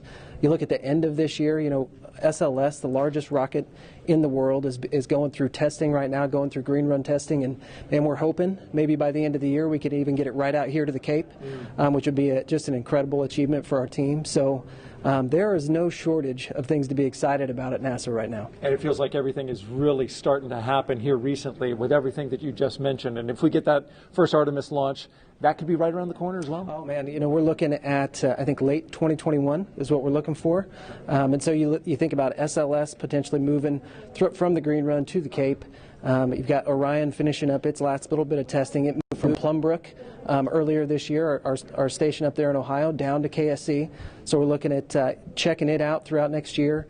And hopefully we'll have the first integrated flight of SLS and Orion at the end of 2021. And I'm telling you, that is going to be a moment. That will be exciting. Yeah. And there will be a thunderous boom right here at the Kennedy Space Center. So with Mars as the end goal, how does all of this get to that end point? You bet. No, and I think that's what's so important about the Artemis program, right? Our long-term vision is to get to Mars. But, when you think about Artemis, everything that we're doing at the moon is helping us learn, prove out capabilities and technologies, work through the right mission durations, understand how we utilize the resources of the moon potentially to go further onto Mars. So the technology, the science, the exploration, architecture that we're putting together, each and every piece of it is helping us learn a little bit more, prove out a little bit more so we can take that next giant leap to Mars. And so everything that we're doing at the moon helps prepare us to move on to Mars. How about the activity in low Earth orbit, like Commercial Crew, which is happening today? How does that help us for missions to the moon? Yeah, I think anytime you're launching humans, you're learning, right? And you're taking what you've learned and you're moving it forward to the next mission. But I think it's really about the business case. If you think about what Commercial Crew is, it's NASA moving from owning and operating hardware to buying a service, right? And if you remember, just a few weeks ago, we awarded 3 contracts on the human landing system to commercial companies. And so we're hoping that we move to a day where we're actually buying a service to get our astronauts back and forth to the moon. So actually enabling the commercial market to go from low Earth orbit all the way out to lunar orbit. And so Commercial Crew is a great proving ground for that, helps us prove out that business case, build those partnerships, and then we get a feed forward to the moon. So it means a lot. This means a lot as we move out. And it's really exciting when you talk about the Commercial Crew, the commercial aspect going to the moon, and those partners. They're going to be studying those landers to see if they are viable for NASA? Yeah, working through a tremendous process with the commercial providers and NASA engineers, going through initial designs right now, looking at the capabilities that they've proposed, and then trying to make decisions on which landing system goes early in 2024, which landing systems are better prepared for sustainability out in the later 20s. And so that is going to be an ongoing process throughout this year and moving into next. So it's going to be really exciting to kind of see what comes out as, hey, this is the lander that's going to take the first woman and the next man to the moon in 2024. Right, so different than the time of Apollo when we went to the moon. Yeah. And that program ultimately came to an end. The idea here, though, is to try to create some sustainability. Talk talk about that. Right, and sustainability, you can get to sustainability if you have reusability, right? And that's what we're seeing with Commercial Crew for sure. But whenever you think about our human landing system, you're looking at a system that we put out there at the moon once we get to sustainability, and it's going back and forth, taking multiple trips to the lunar surface, back up to Gateway, which you're familiar with, is kind of our smaller space station we're going to put in orbit around the moon. So we are building an architecture that is going to enable reusability at the moon. Apollo never had that. And so whenever you think about driving down cost and increasing access, reusability, sustainability are critical. So you get to see everything from a very high level at NASA. What's it like for you personally, I'm curious, to be here at the Kennedy Space Center to watch a launch and to just see this amazing facility where all of this activity happens? Yeah, I think sometimes people think since I work at NASA, I'm around this stuff all the time. I'm not, right? I don't get to come down here nearly as often as I'd like. So it's just as exciting for me as it is for anybody else in this room. When you think about all the hard work that our team has put in to get us to this day, to actually come down and be a part of it with them, it's just overwhelming and incredible. So we're just a little bit excited. All right, Gabe Sherman, NASA's Chief of Staff. We appreciate you joining us today and enjoy the launch. I certainly know you will if we're able to get that one off. We're going to toss this back now to Hawthorne, California. Joining us now is SpaceX's Lars Blackmore to discuss SpaceX's future ambitions to visit the moon and Mars. Thanks for joining us again today for a second round. You're welcome. Could you tell us just a little bit about your background and what you do here at SpaceX? Yeah, well, I'm in charge of entry and landing for Starship, which is SpaceX's next rocket after Falcon 9. And before that, I worked for many years on the same thing for Falcon. So hopefully today you'll see another one of those landings on a drone ship. Awesome. And speaking of that, what role does reusability play in getting people to the moon and Mars in the future? Well, it's really all about making human space flight affordable. And what you want for that is a 100% reusable rocket. Now, Falcon is only partially reusable, but Starship is going to be 100% reusable. And we've actually already started working with NASA on using Starship to send astronauts to the surface of the moon for the first time since 1972. Not only that, Starship will be refuelable on orbit, and the combination of those two things will let us send people basically anywhere in the solar system with more payload for less money than I think people have really been contemplating. I think for the first time we can seriously talk about things like lunar bases, or what SpaceX cares about most, a self-sustaining civilization on Mars. Right. So what you're saying is I will have an opportunity soon to get on board one of those spaceships. I very much hope so. Yeah. So speaking of reusability and landing, I know you mentioned Starship will be refuelable in orbit, but Falcon does come back and land back on Earth. What are the challenges with actually landing on the moon and landing on a planet like Mars? Yeah, well, you can't land like a plane because the moon and the Mars either have no atmosphere or have a very thin atmosphere, and even if you could, there's no runway that someone's built for you. So that's one of the reasons that we do propulsive landing on Falcon, because we want to figure out how to do propulsive landing. That fundamental architecture works on basically any planet. If you have no atmosphere like the moon, you do a propulsive landing burn all the way. If you have a thick atmosphere like Earth, you let the atmosphere slow you down as you float down and do a short landing burn at the end. And for Mars, which has an atmosphere but a very thin one, you do something in between the two. Wow. Yeah, that sounds really difficult, and I'm sure there's been a lot of effort put into that. Can you tell us anything about what we're working on now to get us to a point where we can do a landing like that in such a harsh environment? Yeah, so figuring out propulsive landing is really the key part of it. But what people may not realize is that every time we bring Falcon back, we do something called an entry burn. So just before we hit the atmosphere, we light the engines to slow the rocket down. That happens high up where the air is very thin, and it just so happens that the conditions there are very similar to what a Mars landing burn would look like. So even though it takes months to get to Mars, and you can only do it every 2 years when the planets line up, we effectively get to practice Mars propulsive landing every time we bring Falcon back, including, hopefully, today. Wow.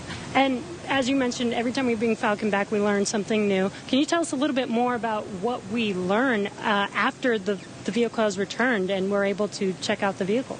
Yeah, so Jessica actually mentioned this earlier, that I talked about how cost is really one benefit of reusability, but reliability is the other benefit. I mean, imagine that you do all this planning to send a rocket up through the rigors of launch and re-entry, but you don't get to see the rocket afterwards. And what we would like to do with reusability, what we've been able to do with Falcon 9, is see the rocket, inspect it, and because of that, we've been able to correlate our models pre-flight to what actually happens when you launch, re-enter, and land a rocket. Right, instead of just guessing what happened to the vehicle after it's left. Exactly. That is amazing. Well, thank you again for joining us today for a second round. Hopefully the weather works with us today in a couple hours, actually.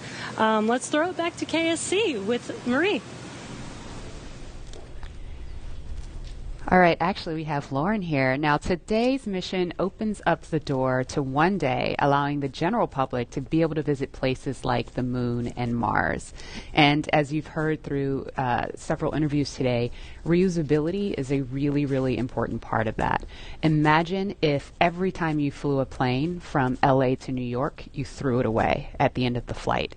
That would mean essentially airline travel would be too expensive, costing hundreds of millions of dollars a flight, and almost no one would be able to fly.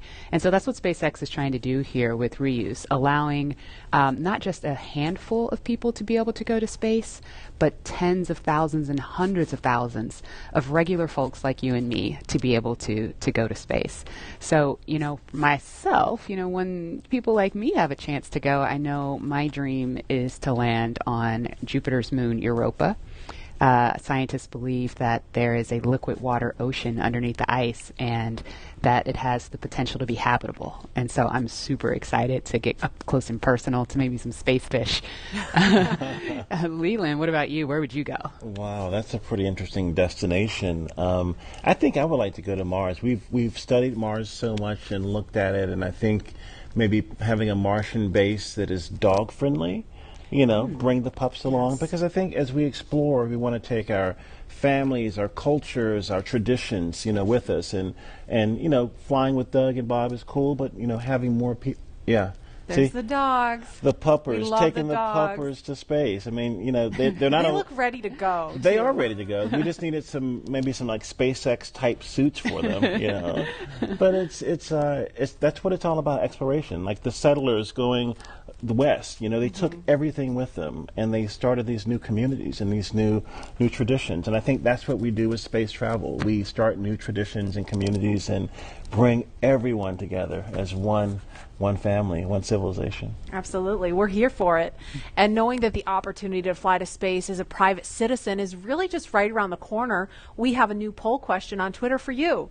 If given the opportunity to fly to the moon, now we're talking the moon, would you fly to the South Pole where no one has ever been, or would you go to the Apollo 11 landing site? So those are going to be some interesting answers. And while there is not a ton of cargo on today's mission, Dragon is carrying two very special payloads, aside from Bob and Doug, of course. The first of those payloads is a series of custom art pieces entitled Humankind by Los Angeles artist Tristan Eaton.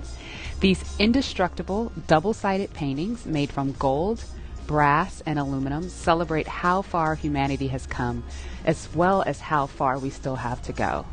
It includes a beautiful homage to the Saturn V rocket, as well as a nod to Bob and Doug's current ride to space. And you can find more images and information about these pieces on SpaceX's social channels. Next, in the spirit of inspiring the next generation of explorers, we wanted to celebrate the class of 2020, from kindergarten all the way to graduate school. So SpaceX and NASA invited students from around the world to submit their photo to fly on America's first human spaceflight in nearly a decade. Each graduate's photo was used to create a mosaic image of our beautiful planet Earth, which we printed, and it's now being flown aboard Bob and Doug's flight on the Crew Dragon spacecraft. We received nearly 100,000 photos. That's a ton, so thank you, and congratulations, graduates. Yeah, I've got a couple of family members and friends who submitted their photos, so they're super excited about seeing their faces go to space in that beautiful mosaic. That was really cool. And again, that's what it's all about, you know, everyone coming together with their experiences and bringing them forward to space. And I think regular people flying to space, I mean, SpaceX is going to be flying, you know, non-government people, non-military people, but people that have a desire to explore and do new things and traditions off planet, as we say sometimes. Yeah, I mean, all this time since we've had the International Space Station, it's been government astronauts performing the research because you're the only ones we've been able to send, right? But we've had some tourists, though. We've had people that paid their way on a Soyuz rocket. Sure. Go. But it's really the billionaire boys club. You know, that's what Pharrell talks about. With, you know, it costs so much money to go to space, and I think that price point will come down as we make this more amenable for everyday people. Absolutely. And then eventually being able to fly artists and musicians and poets. People can tell the story of what they've seen out there in a way that really connects to the soul of people down on Earth, so they feel inspired to go. Exactly. Now, following today's mission, we will be one step closer to a future where we can all have that opportunity to gain the orbital perspective and explore new worlds. In just over an hour from now, Bob and Doug will be the first people to launch on an American vehicle in almost a decade. And for the SpaceX team, if I can try to speak for all of us, which is impossible, but I will say it has been an absolute honor to have the opportunity today to have this stage to show the world what we've poured our hearts into over the years with our partners at NASA. And it's just deeply humbling to know that the agency and that Bob and Doug have entrusted us with this critical mission. The responsibility that's on our shoulders is huge, and we're just so grateful to be here today. Absolutely, and I know that, you know, our NASA teams really share in that sentiment.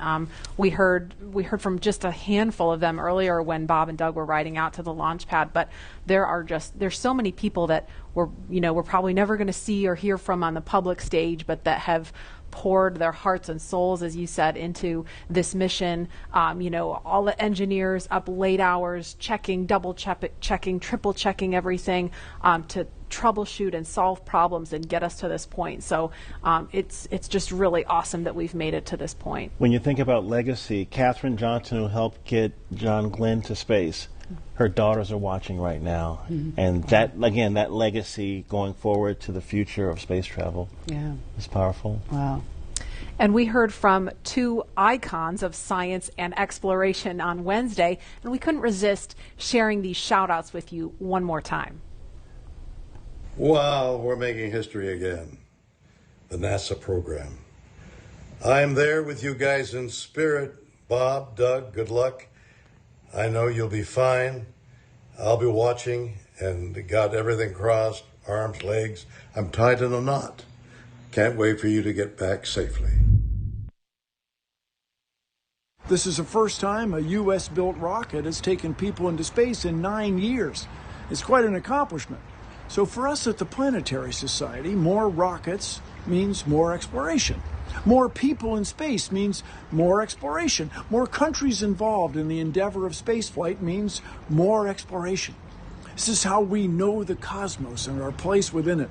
So congratulations, SpaceX. Here's wishing your team, and the crew especially, a safe journey and the joy of discovery. Let's go.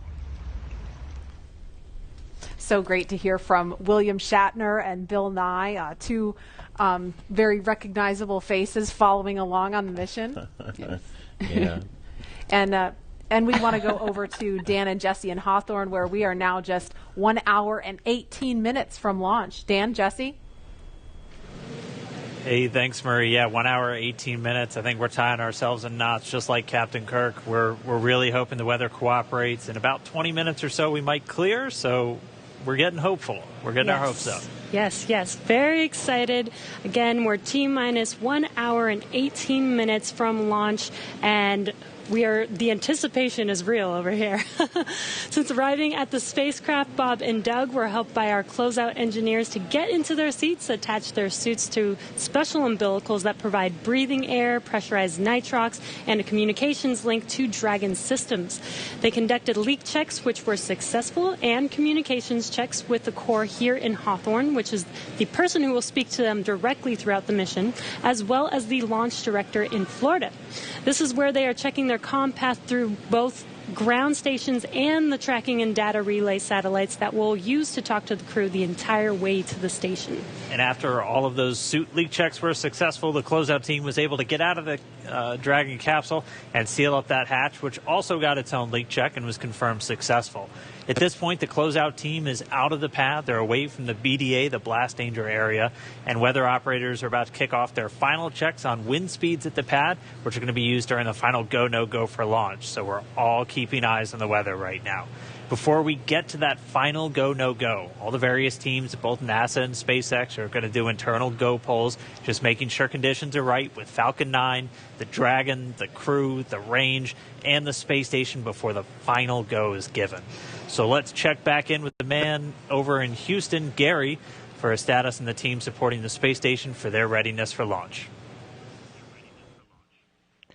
Thanks, Dan. The team here in Mission Control Houston remains go for launch. We're also very hopeful about that weather. All systems on board the station that are required to be healthy for this mission are continuing to look good. Chris Cassidy is wrapping up his workday, and we'll be watching Bob and Doug launch here in just under an hour.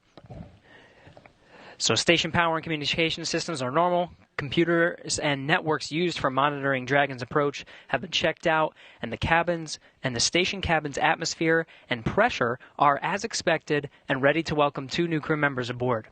Mission Control will be closely monitoring Bob and Doug's flight and checking off milestones for most of the flight, and this very same team will be coming back tomorrow to be ready when Dragon gets in range of the International Space Station and we begin integrated operations and prepare for Dragon's docking. So I'll send it back. International Space Station team here is ready for launch. Go Falcon 9, go Dragon, and Godspeed to Bob and Doug. All right, thanks, Gary. If you are just now joining us, you picked a really good time. We're just a little over an hour to launch. And welcome to our coverage for the mission known as Demonstration Mission 2 or Demo-2. Liftoff time still holding for 3:22 p.m. Eastern. Tracking no issues with Falcon 9 or Dragon. Everything good with the range so far. We're just really keeping an eye on that weather. Over the last 3 hours, our crew members, Doug Hurley and Bob Behnken, donned their SpaceX suits in the historic crew quarters suit-up room. After that, they walked out of crew quarters, just as every astronaut to fly from space from this port has done since Apollo 7. And then they were transported over to the pad, where the crew members entered the SpaceX Crew Dragon spacecraft that we're looking in live. Today is a historic launch. It will be the first time a commercially built spacecraft will launch people into orbit, and the first time the U.S. has sent people to the space station from American soil since 2011 with the retirement of the Space Shuttle program. Over the next hour, we will conduct a series of polls to get ready for launch, have Bob and Doug arm the launch escape system, and begin fueling Falcon 9.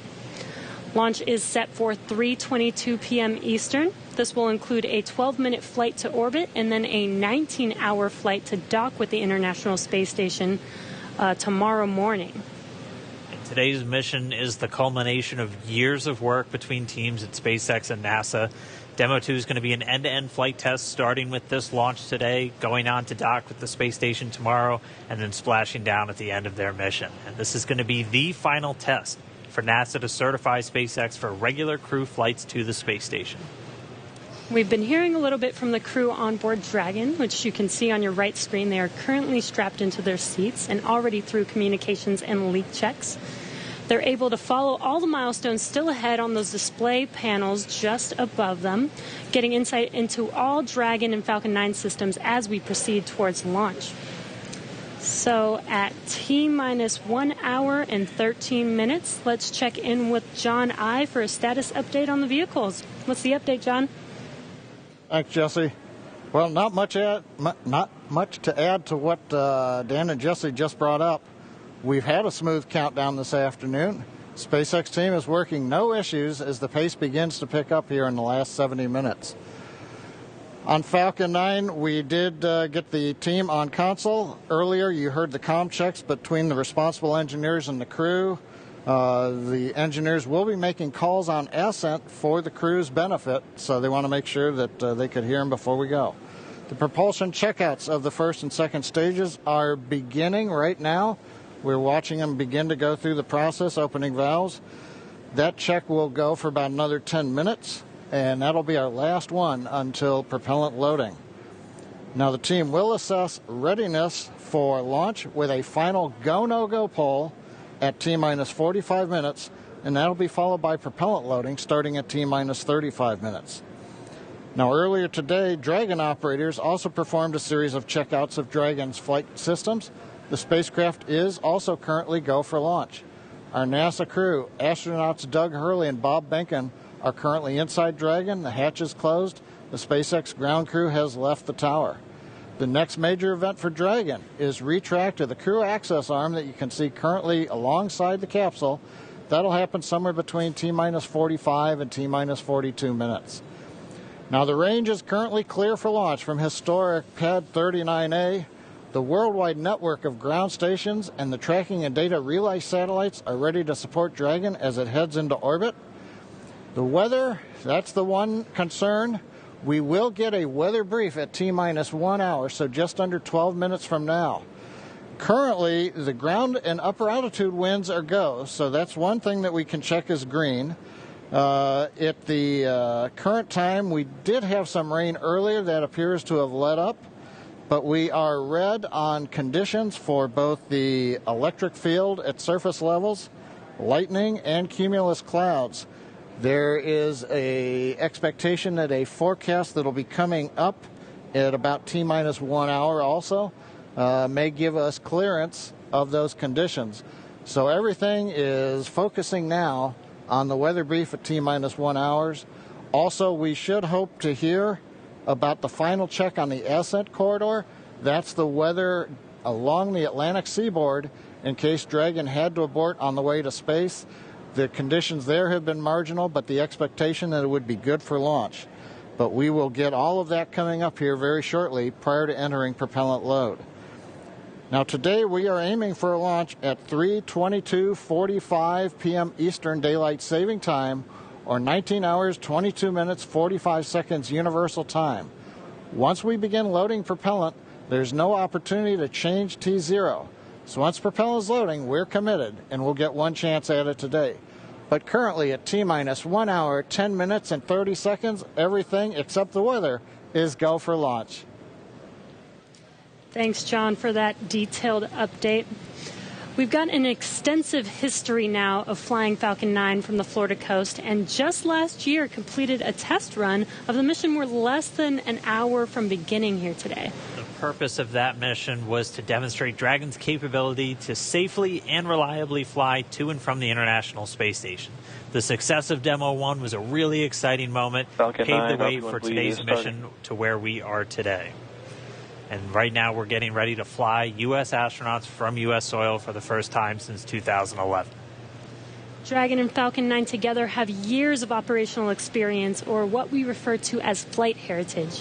As I mentioned earlier, SpaceX has successfully completed 21 flights of Dragon to and from orbit since 2010, including 20 trips to the International Space Station.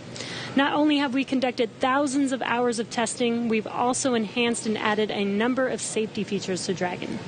Much of what was learned with the Cargo Dragon was leveraged in the design of this new vehicle. It's fully autonomous, which means it can basically fly itself, but also features that full manual override capability just in case of emergency.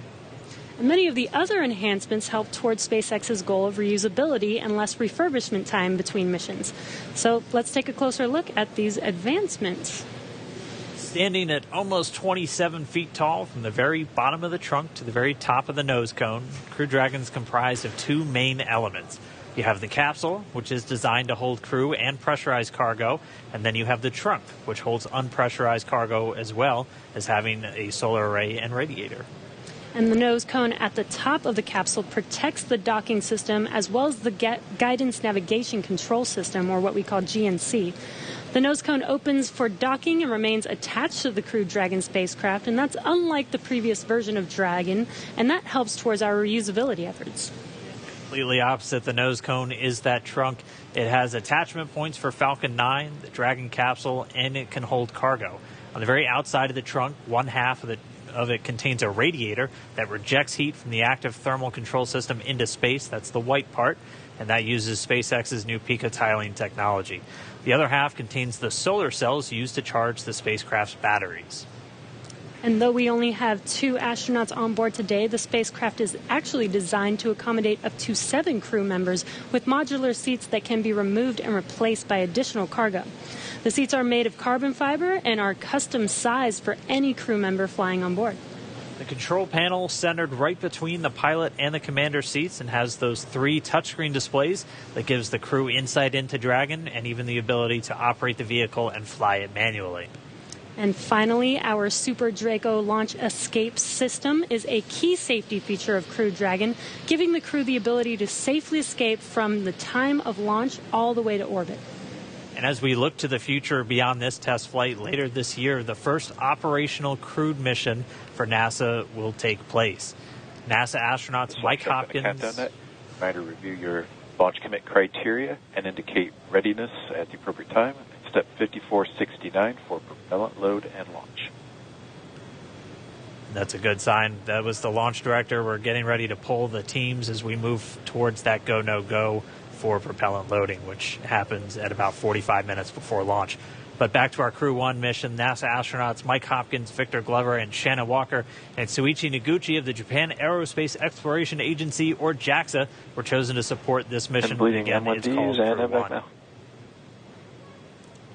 But today, Doug Hurley is the spacecraft commander for this mission. He previously flew on 2 space shuttle missions as the pilot on STS-127 and STS-135, which was the final space shuttle flight. Here's a closer look at Doug Hurley. Excited? Very excited. Yeah, very excited. Still ready? Still pumped? Oh, yeah, I think we're ready. I think we're certainly ready. Joining the SpaceX Demo-2 test. He is a Marine Corps colonel and test pilot. He was selected as an astronaut in 2000. He piloted Space Shuttle Endeavour and Atlantis for STS-135, the final space shuttle mission. Introducing NASA astronaut Doug Hurley.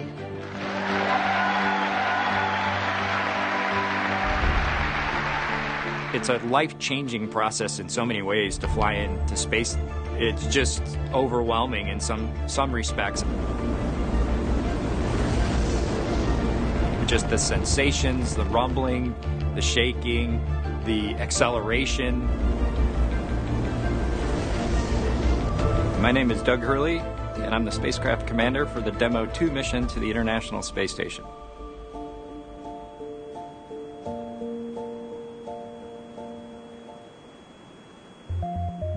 This will be the first time the Dragon had a crew on board, and so there's a myriad of objectives we want to achieve for this mission. What would work on orbit, what might not work on orbit, what would definitely work.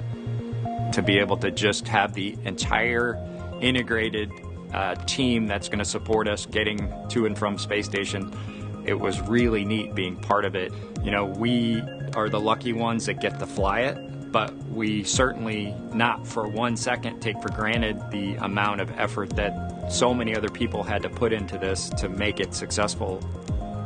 For Doug personally, he's worked so hard, I mean, through his entire life, to get to where we are right now.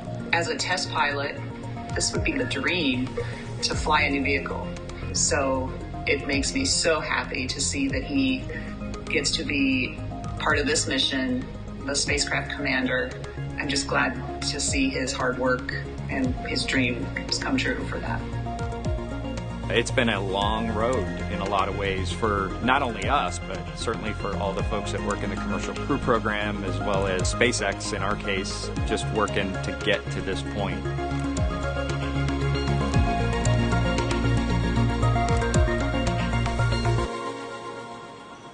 And we're We're a little over 1 hour, 3.5 minutes away from launch. Now let's learn a little bit more about the man sitting next to Doug Hurley inside Dragon, NASA astronaut Bob Behnken. My career at NASA has kind of spanned a couple of decades at this point. I arrived with the class of 2000, went through the training program, primarily focused on the Space Shuttle and the International Space Station, learning those systems. Having launched a couple times on vehicles, you know, the second time was definitely different than the first time. You can feel a little bit guilty of, hey, should I study one more thing, or is there one more piece of information I should get? Am I really prepared or not? So that's definitely different between where I was on my first flight and where I'm at right now. For me personally, as a spouse, watching everything that Bob has put into this over the last 5 years, the dedication that he's shown, the perseverance is pretty special. For both of us, though, the way our minds work, it won't be until sort of the mission is complete that you have really a chance to savor it and celebrate it. This is a huge accomplishment for an Air Force flight test engineer to be part of the demonstration mission of a brand new vehicle. It's going to be amazing. Without a partner that has that same appreciation, I think it can be challenging for some folks. There's a lot of work and a lot of time that takes away from family that that my spouse appreciates, and I love her for that. On a deeply personal level, I'm really excited that my son is get a chance to see me launch into space. Being an astronaut has been a little bit of an abstraction thing for him because he's seen me do it in old videos, but he hasn't seen me do it for real. And so I'm excited for him to see this launch. Really, my role on the DM-2 mission is to make sure that we get this vehicle tested and evaluated so that we can move on to more operational missions at the International Space Station. We've got a lot of objectives on board the vehicle that we need to accomplish to really make sure that it's good to go. We'll make sure all those systems are working during the test flight so that the future missions will have them available even if they don't plan to utilize them. Through years of the NASA team, helping to share that experience and teaching them the lessons that we've learned by going through this. Now there's another capability in the U.S. besides NASA to operate something of this magnitude. I want to thank the entire Commercial Crew Program team that's worked together to get to this point where we've got vehicles in the launch pad ready to head to the International Space Station.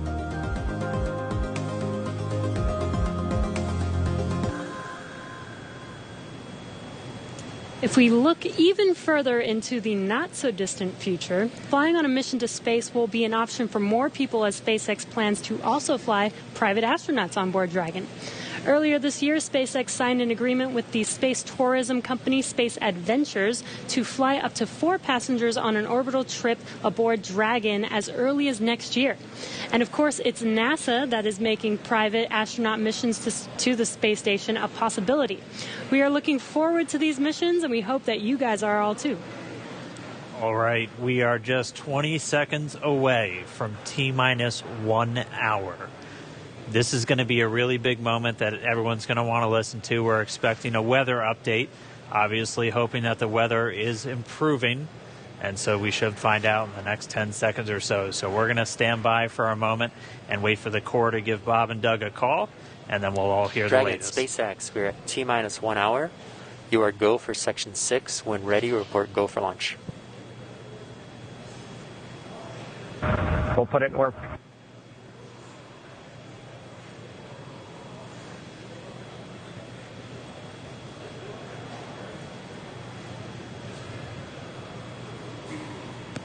And that right there was a call for the crew to refer to some of their procedures. They do some final checks. You can see them checking harnesses, checking helmets, just making sure that they're strapped in and ready to go. And once they're done with that, the crew will report their readiness for launch.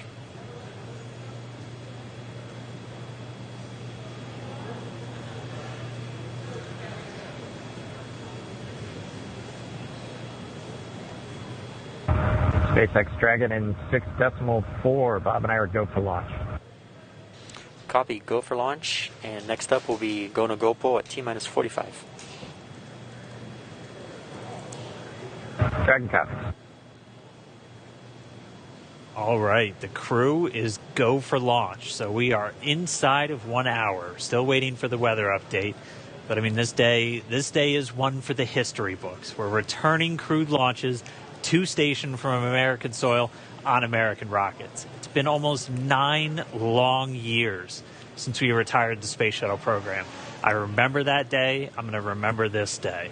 It's been a long road to get here, countless hours by thousands of dedicated professionals from NASA and SpaceX. It's been an exciting week, but this last final hour is just so exciting right now. Today's mission will be Crew Dragon's second test flight and its first test with humans on board. It's been an awesome countdown so far. Weather, we're still waiting for that update, so it's still a watch item, but the crew is go for launch, so at T-minus 45 minutes, hopefully we'll get an update on that weather. We've had a really clean countdown so far. It started with suit up just over 3 hours ago. The SpaceX team helping Bob and Doug put on their suits, conducting initial checkouts, including an initial pressure and leak check before they got to the actual walkout. And all of that done in that operations and checkout facility. The crew walkout was where Bob and Doug gave their final goodbyes to friends and family gathered outside the operations and checkout building before they began that roughly 20-minute ride to Pad 39A. Really touching moment, saying goodbye to their family, both their wives and sons right in front of them. Yeah, very touching moment. It's incredible to be able to watch these moments. And as they got into their Teslas, we got to watch them ride all the way to the pad, and we got some great footage there. And as you can see on your screen, this is some playback from earlier of them getting into those Teslas, about to make that drive down to the pad.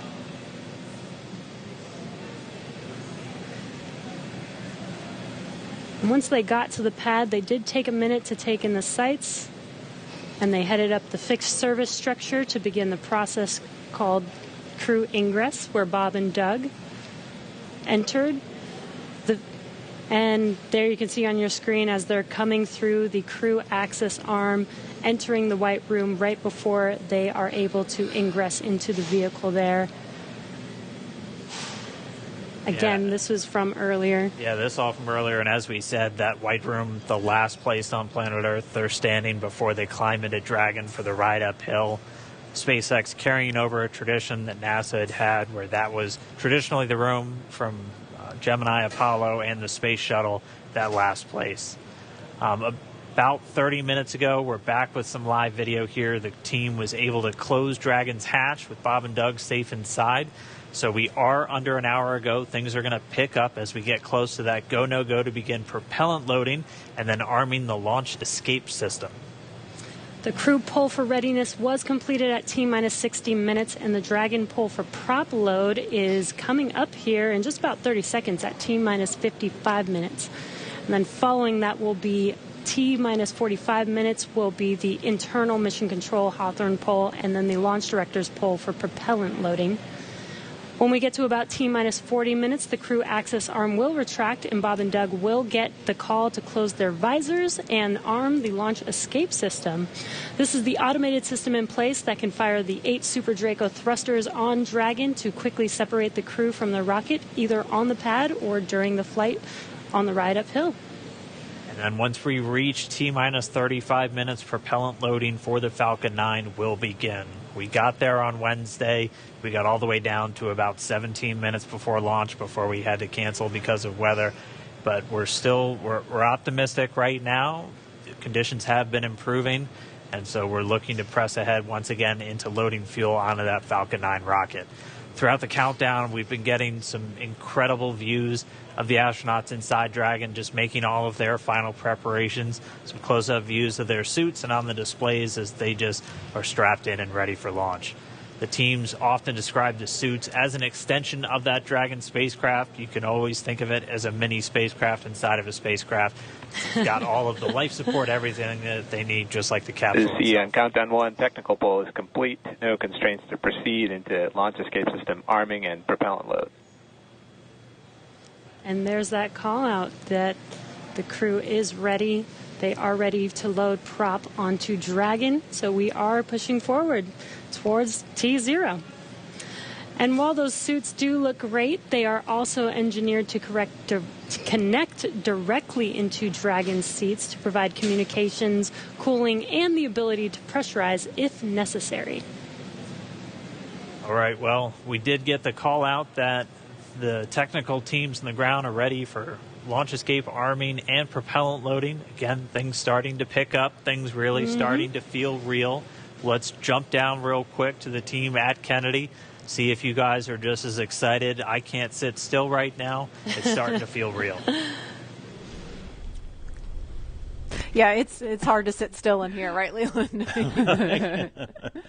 That rocket fuel going through my veins still. I know. It's so awesome when we see them sitting there in their suits. We're less than an hour away now. So far, things look like we might make it. We might make it.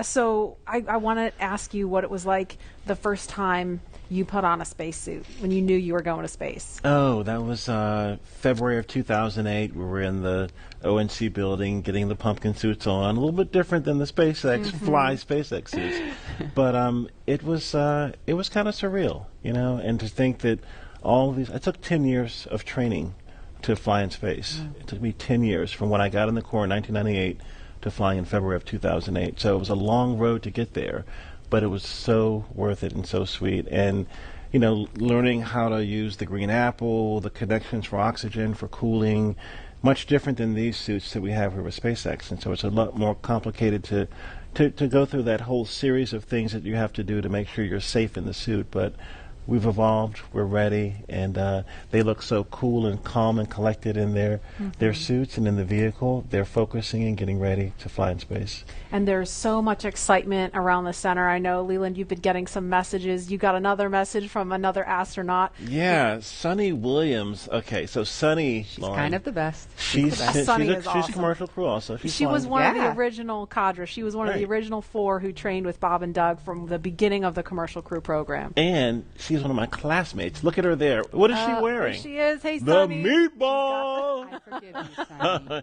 No, she had the worm one on Wednesday, so she wore the meatball today. So she's the best. But now she can wear the worm ball, I guess. Yes. The worm ball. Yeah, she can mix it up. But yeah, Sunny's awesome. She's training to fly on the Boeing Starliner in the not too distant future. So really glad she's watching and showing some love. So thanks a lot, Sunny, for sending that note. And again, we're looking at a live view of the Crew Dragon on top of a Falcon 9 rocket. You can see the crew access arm to the right of your screen. That's the hallway that Bob and Doug walked down to get into the White Room, which was the last place we saw them standing up before they climbed inside Dragon. And again, the wider shot there of Launch Complex 39A, where we are inside of an hour from liftoff, and I think we're just a couple minutes away from the pull we're going to hear before they start propellant load. Again, a 2-stage rocket there. And gosh, you guys, the weather looks not that bad. I mean, obviously that is not an official forecast, but it doesn't look quite as bad as it did Wednesday. We've got a little bit better odds. So there's the countdown clock. We're to helium.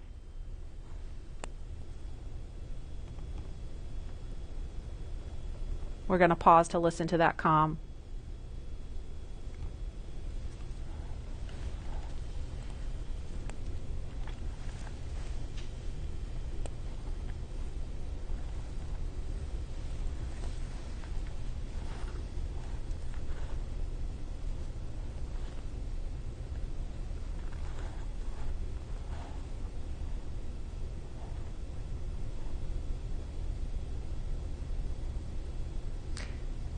If you're just joining us, we're less than 50 minutes from the scheduled liftoff of the Falcon 9 rocket carrying Crew Dragon.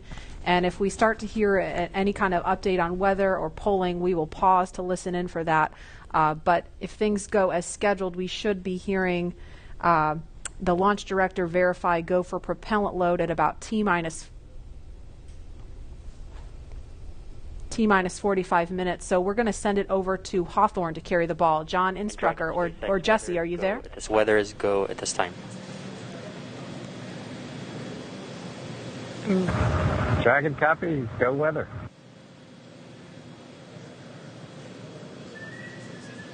And there you heard that call out. So far, we have good weather. We are go for launch today. This is getting really exciting. I don't know about you, Dan, but my heart is beating pretty fast right now. Yeah, we've been waiting for those words since Wednesday. Oh, and yeah. we did hear a call to the crew, just in case you missed it, that they were only tracking one final weather constraint. It was the cumulus cloud rule. They were expecting it to clear up within 10 minutes, and it's cleared up now. So we are currently go on weather.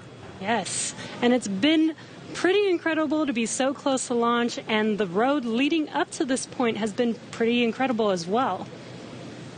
It has been. It's been a partnership between NASA and SpaceX. We've been working together since SpaceX started flying cargo to the International Space Station, now getting ready to launch crew.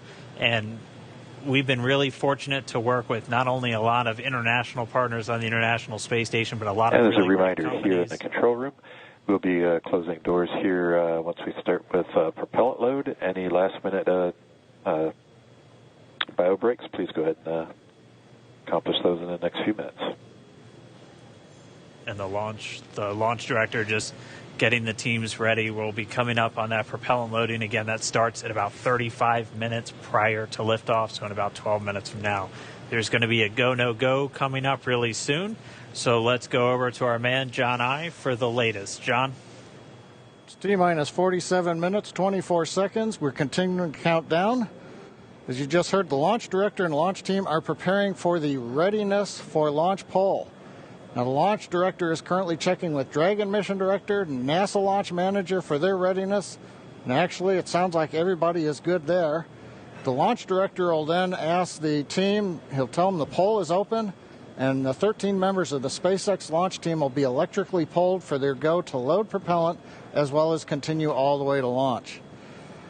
Now, we will hear that poll results and a briefing from the launch director at about T-minus 45 minutes. The good news right now is that the weather is go. All the conditions that were read shortly a while ago at T-minus 1 hour have cleared. We're, as the weather forecaster said, cautiously optimistic. Currently, Countdown. the probability... Poll is complete. We're go for propellant load. Well, we got an early call out there. And launch control clear to retract the access arm on time. After that, arming access arm retract at T-minus 45 minutes. Got an early call from SpaceX launch director Mike Taylor that the poll is go. You also heard the direction T-minus 45 minutes to prepare for retract of the crew arm. As we hear more discussion, we'll stop and let you listen in. But right now, weather for liftoff, ground level winds are good, 10 to 15 miles an hour, well within limits. Upper altitude balloons show that conditions are acceptable. The red weather conditions have cleared up, the last one being cumulus clouds. And the probability of violation is set at 30% right now, so that's 70% chance of good weather. We're continuing to watch. There is about a less than 10% chance of lightning. We're also watching the abort corridor off of the Atlantic coast. In case, for example, at stage separation, Dragon had to abort into the ocean.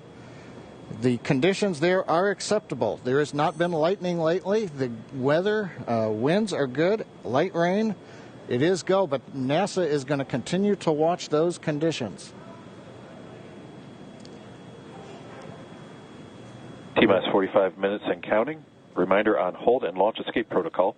For non-urgent no-go conditions, brief the CE or LD, and they will approve aborting launch auto-sequence and proceed to launch abort.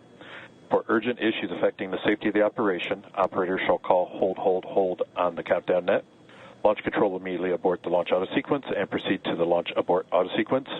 Operators shall also advise launch director whether structural break or fire is imminent or occurring per Dragon manual escape flight rules. A reminder on fire alarm instructions. In the event of a fire alarm, key operators previously briefed will remain at their post while the alarm is evaluated. In the event that personal safety is threatened, evacuate to the south-facing emergency exit, which leads directly outside. At this time, weather is go for launch. You can see on the screen, we're inside T-minus 40. We're T-minus 44 minutes, 5 seconds. Crew access arm retracting away. SpaceX launch director has given the final brief to the crew. and we will be beginning propellant loading at T-minus 35 minutes. So right now on Falcon 9, ready to get into propellant loading. Dragon, crew, getting configured, set up. The arm is pulling away. The range is go for launch. They continue to monitor the air and the sea space. Everything looks good. And we finally have gotten green across the board on the weather conditions, but we can't take a deep breath quite yet. We're going to have to watch the weather all the way down to T0, both here at Kennedy Space Center and out in the Atlantic in the abort zones. Now, earlier we saw many of you following the launch from the United States on our hotspot map.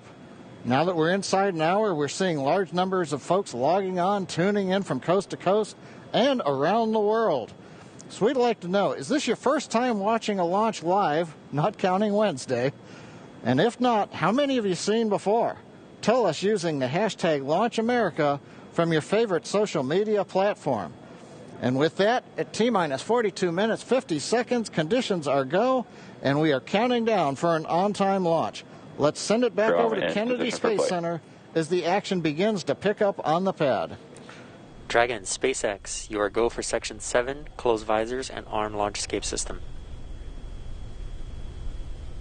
We will put Section 7 in work, visors come in close.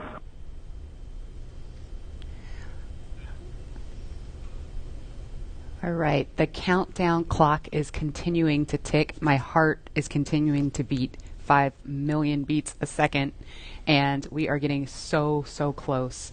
SpaceX Dragon in 7.2, visors are closed. We're arming launch escape system. Copy.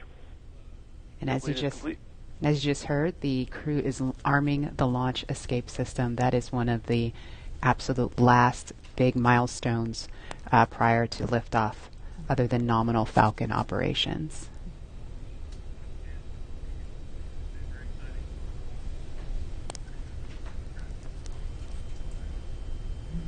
So just a minute ago, we saw the crew access arm retract, and obviously we just heard on the comms Bob and Doug getting ready to arm the launch escape system, and so that is something that protects them all the way to orbit. So when fueling starts at about T-minus 35 minutes, so just over 6 minutes from now, they will have the capability to abort, to separate from Falcon 9 either on the pad or even after liftoff. That's a critical safety capability. And we are going to go over to Hawthorne now to take us through these next minutes. Jesse? Section, switch into nitrogen. Switch into nitrogen. And we did hear that call out that they are arming the launch escape system, so very exciting. SpaceX has designed Crew Dragon and Falcon 9 to be the safest launch system ever flown. So we brought back Nick Picone, SpaceX's Nick Picone, to talk more about this again. Thanks for coming back and joining us today, Nick. Hey, Jesse. Happy to be here. Still monitoring the launch here with our recovery and ground operations teams. Awesome. And Nick was our mission manager for our in-flight abort test earlier this year and now works on the Starlink team. Nick, on Wednesday you talked about the launch escape system. Could you just give us a brief summary today for those that are joining today? Sure. So the launch escape system, again, is our ultimate safety feature to keep Bob and Doug safe in the event of a major Falcon anomaly on the pad. The system is designed to automatically fire if either vehicle detects a dangerous condition developing. And if that happens, Dragon will use its 8 Super Draco engines to push the capsule off and away to a safe distance away from this Falcon. This capability is absolutely critical. It's what keeps the crew safe, and we're now active and armed on the pad with it protecting the crew. And as you mentioned, the launch escape system allows the Dragon to separate and get away from the vehicle.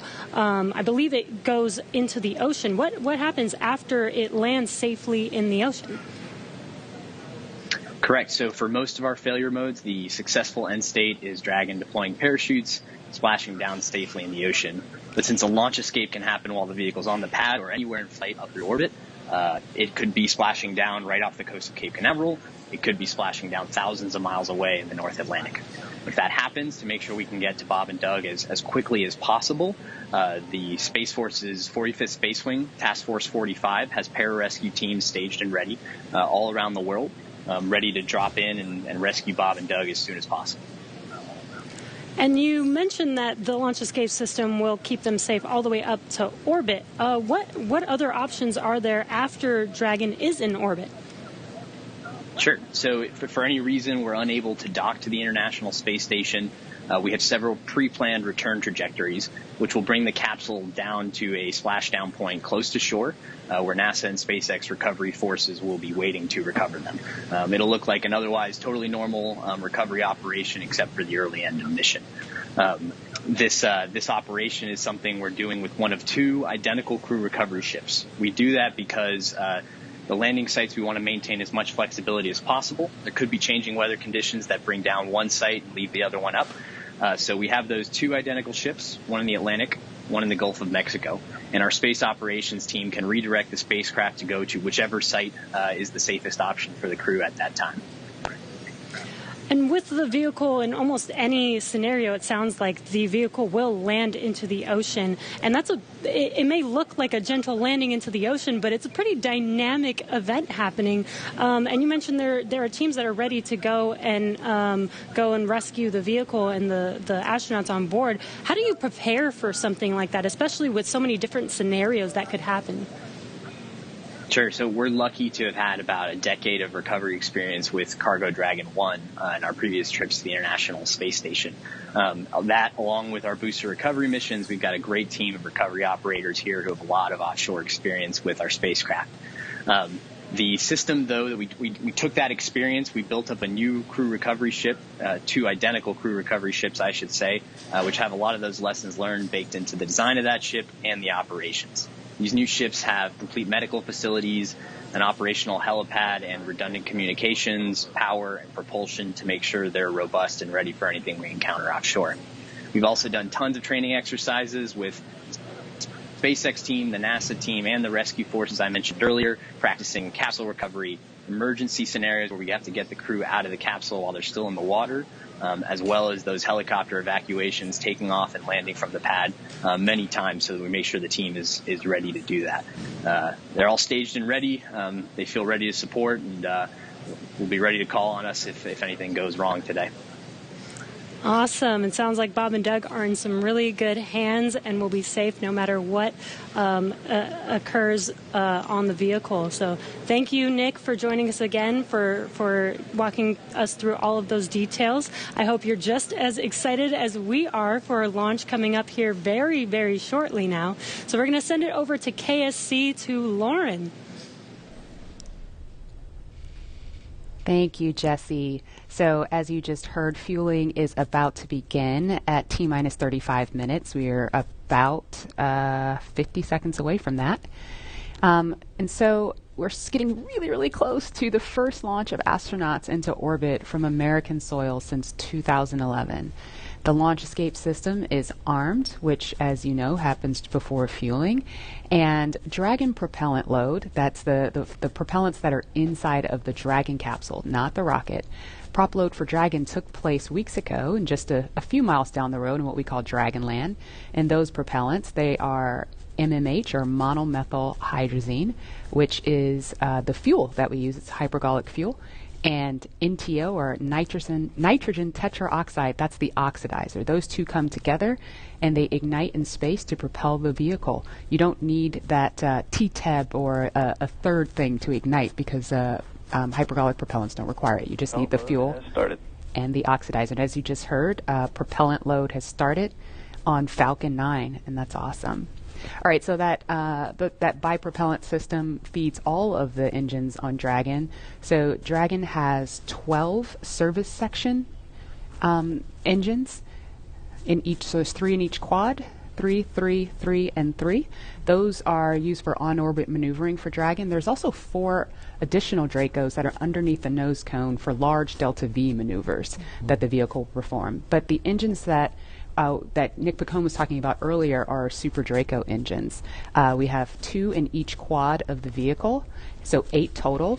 And those are bigger engines with a high flow propellant system, and those are what lift Dragon off of Falcon 9 in the unlikely event of emergency that requires us to get off of Falcon.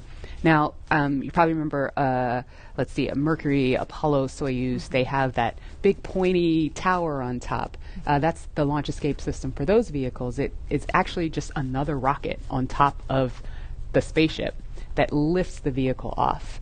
In the case of Dragon, our escape system is integrated into the vehicle completely. And so that's just better from one less thing you have to jettison every single flight. But it also allows us to have escape capability from the pad before T0 all the way through to orbit. And so even if the very last minute, if we needed to get off of stage 2 while we're in space, we could actually escape to orbit. So yeah, that's the escape system for little baby Dragon here. Thanks, Lauren, and thanks for walking us through that, because I think it's really important that people understand that critical safety capability, and that's the whole point when we hear that launch escape system is armed.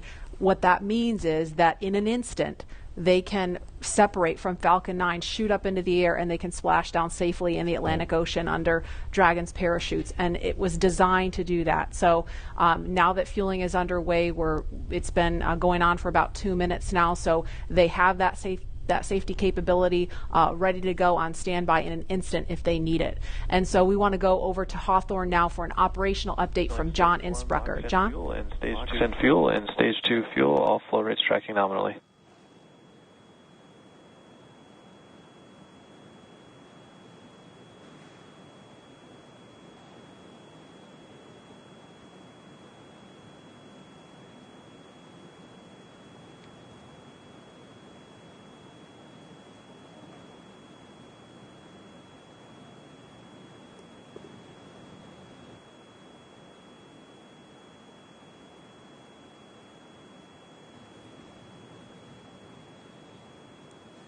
We're at T-minus 32 minutes, counting down. These final minutes, everything's still looking good for Falcon 9 and Dragon for an on-time launch. Falcon 9 did begin propellant load at T-minus 35 minutes at planned. Now on the Falcon 9, we use a fuel and oxidizer as the propellants that power it. The fuel is commonly known as RP1. That's rocket propellant grade 1 kerosene. The oxidizer is densified liquid oxygen, also called LOX. Densified means it is kept much colder than typical for launch vehicles. This allows for more oxidizer to be loaded into the first and second stages. Now with the fuel and oxidizer on hand, we need an ignition source to complete that fire triangle, as we call it. For this, Falcon 9 uses a fluid called T-Teb. It ignites in the presence of oxygen and gives off a green-colored flame. Now it's hard to see on the first stage ignition due to the water that will be spraying on the pad, but you might just see the green flare as the second stage engine ignites following stage separation over 2.5 minutes into flight. Now currently first stage fuel tank is about 10% full. The first stage, as a reminder, as you look on the left side of your screens, the first stage is the long white cylinder at the bottom, topped off by the black cylinder. So over 2/3 of the rocket is that first stage. So the fuel tank is getting loaded. We're also loading the liquid oxygen into the first stage also. The second stage, which is the top 1/3 between the Dragon and the black cylinder, that's the white second stage, that is being loaded with fuel right now. That's about 8% loaded at this moment. Liquid oxygen loading is going to begin on second stage at T-minus 16 minutes 30 seconds. Liquid oxygen loading will continue on both stages all the way down to the last few minutes of the count. We're also loading helium into pressure vessels on the stages. That's used to pressurize tanks in flight as the propellant is pulled out by the strong Merlin turbopumps. On board the Dragon spacecraft, astronauts are monitoring systems while the propellant is loaded into Falcon 9. While we mentioned we had trained them with sounds that we had recorded on board. They've been through most of a propellant load, and they are now experiencing those sounds and vibrations. Stage 1, the grab range helium load continues started. to report no problems. They are go to support launch. Weather, the last of the red conditions cleared up about 15 minutes ago. Everything is marginal but acceptable on the weather. We'll continue to watch all the way through the countdown. Now, as a reminder, today we are now into an instantaneous launch window now that we've begun propellant loading. So at this point, if we hear a hold for any reason, we'll have to stand down and target our backup launch opportunity tomorrow, May 31st. Thanks, John. For Demo 2, Bob and Doug's flight to station will take about 19 hours, and their journey is fairly similar to the trip our Cargo Dragon makes back and forth to the International Space Station, but with two noticeable differences, and that's docking and splashdown. And as we await T-0 in just under 29 minutes from now, the ground operations teams are doing a series of system checks to make sure Dragon and Falcon 9 are both ready for liftoff. And we're continuing to get live views inside the capsule with Bob and Doug, and you're now also looking in firing room 4 down there at the Cape. Once we hit T0 and a successful launch occurs, we will watch Falcon 9 and Dragon make their ascent until the Falcon 9 first and second stage separates and sends Dragon on its way to the space station. And at this point, mission operators will prepare Dragon for on-orbit operations, where the vehicle will execute a series of burns that gradually raise its orbit to align more closely with the space station, as you can see in this animation. And just after putting Dragon into the same orbital plane as the station, the teams will get ready for Dragon's approach and docking maneuvers. The next Dragon will make its approach and actually dock with the space station. And this is a very different process from what we've seen with Dragon cargo deliveries in the past, which use a process called berthing. Berthing requires a spacecraft to approach the station and then stop so a crew member can maneuver the station's robotic arm to capture the spacecraft. Docking on this version of Dragon can be done autonomously with no crew on board the station. It's typically a faster process, both when arriving and leaving, but it does still require pinpoint accuracy to approach safely. Once captured, a spacecraft then gets attached to a common berthing mechanism, the same type of port that we use to connect each of the modules on the station together. It's a little bit slower of a process, but the hatches are significantly larger than the docking ports, which makes them perfect for bringing up those really big cargo items. Dragon will spend up to 120 days docked before preparing to return home. Following successful completion of Dragon's test objectives and cargo loading operations, the crew will close the cabin, perform final system checks, and configure the vehicle for undocking. Once the automated undocking sequence is complete, Dragon will complete 2 departure burns using its Draco engines, pushing it away from the space station. And next up on the trip, deorbit entry and landing, or splashdown, which is going to cover all the operations following that final departure maneuver. That's going to include events like the trunk separation, closing of the nose cone, a deorbit burn, and then eventually as they get into the atmosphere, the deployment of the drogue and the main parachutes, and all of that ends with splashdown right off the Florida coast. At that point, teams from SpaceX will move in with their recovery ship, grab the capsule out of the water, and work to get Bob and Doug out of Dragon after a successful mission in space. So we are 26 minutes away from launch. Fueling of Falcon 9 is continuing. Let's check in one more time down with the team at Kennedy. Murray? All right, thanks, Dan. We are so pumped right now because things have cleared up and it looks like we might actually do this today. If you're just joining us, we are now 25 minutes, 46 seconds and counting from the first launch of astronauts to the International Space Station from U.S. soil in 9 years. This will mark the beginning of a new era where more people will be able to fly to space than ever before. And we want to share with you the results of a poll we asked a little earlier. If you could go to the moon, now it's not where the astronauts are going today, they're going to the space station, but if you could go to the moon, would you rather visit the South Pole where no one has been before or the Apollo 11 landing site? And it was a pretty even split. We had 46% of you say you would go to the moon's south pole, and 54% of you would go to the Apollo 11 landing site. I kind of side with the Apollo 11 landing site because I'm a history buff and I want to see where Neil Armstrong and Buzz Aldrin set foot. So I don't know. What do you guys think? Lauren, which place would you go? I'm with you on that one, and I would love to go see that flag there and those footsteps, those footprints there. Still be there, right? There's no wind up there. Should still be there. Leland, how about you? I think I'm with both of you because it's just like, the meatball, the classic. Yeah. Going to the classic spot, and that's where all of it started. That's where all that inspiration came, even though I was an antenna engineer not seeing it. But besides that, that's history. And hopefully, maybe it wouldn't have to be one or the other. That's true. Exactly. Yeah. I mean, yeah, we're going to learn more from going where we've never been before, Exactly. and so we need to go to the South Pole too. And we are thrilled to see all of you following along online. Thank you for answering our poll, and we're going to go over to Tahira, who's been monitoring all the action with less than 25 minutes to go. Tahira, I'm sure things are heating up online. Hey, Marie, I mean, you're completely right. Now that we have that go for launch, people are on the edge of their seat right now waiting on this historic moment to take flight.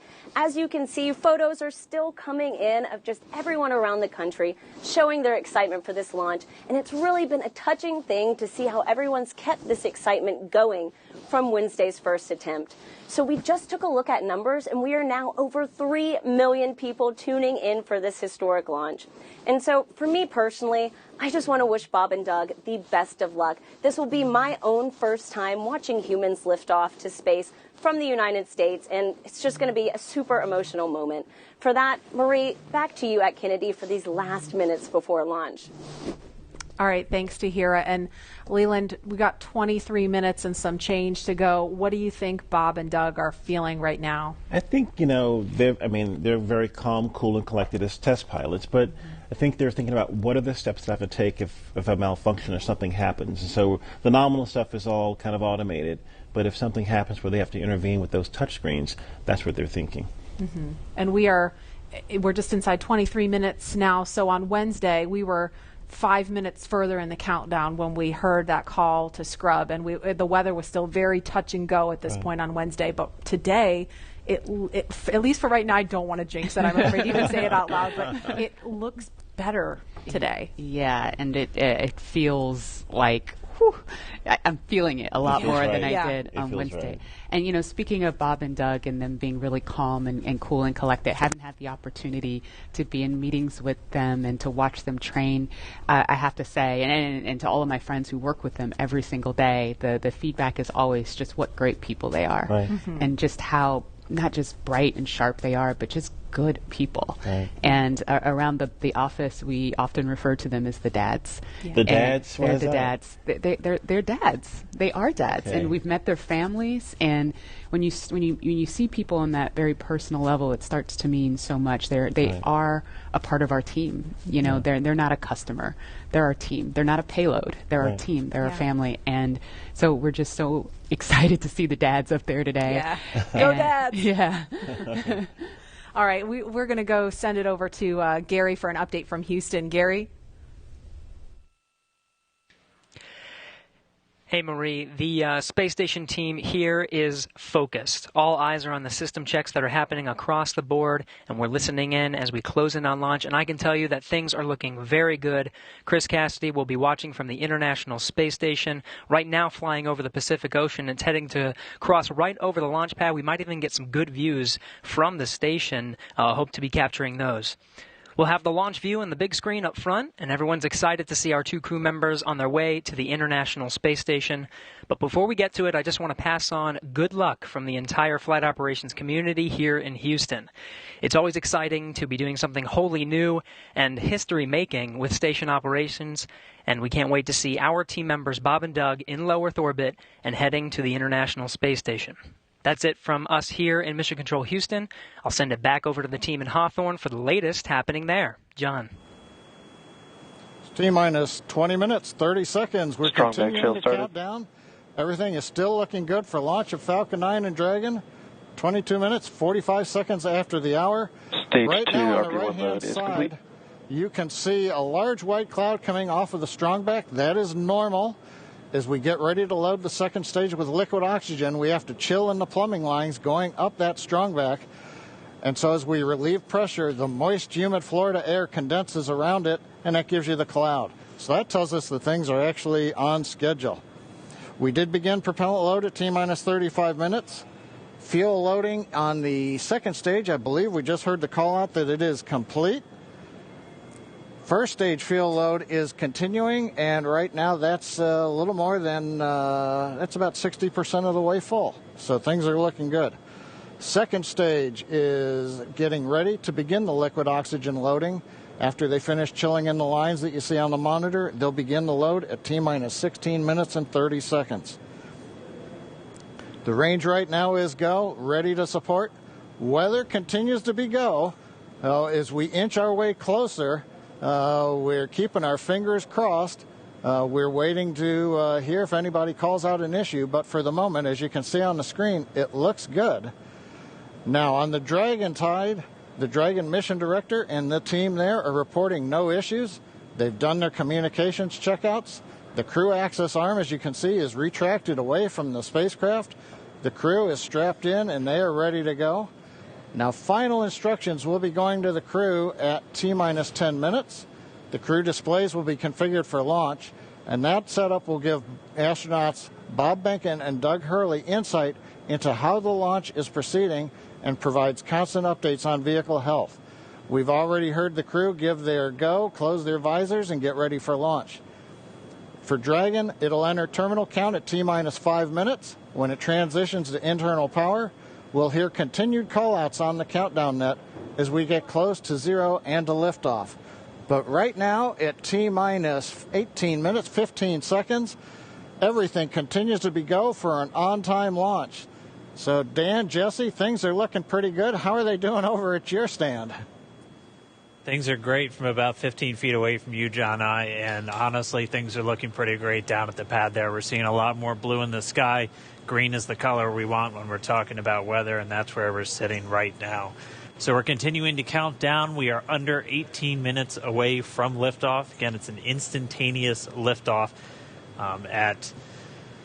it's going to be 12:22 and 45 seconds here on the West Coast, 3:22 and 45 seconds over on the East Coast there in Florida. Just a reminder, it's going to be about a 9-minute ride up to orbit for the Falcon 9 and Bob and Doug on board Dragon. It'll be a 2-stage flight, so we'll see the first stage fly until we hear MECO, or main engine cutoff, about 2.5 minutes into flight. After that, the second stage will take over and continue to power them the rest of the way. Second engine cutoff comes in just under 9 minutes at about 8 minutes and 44 seconds.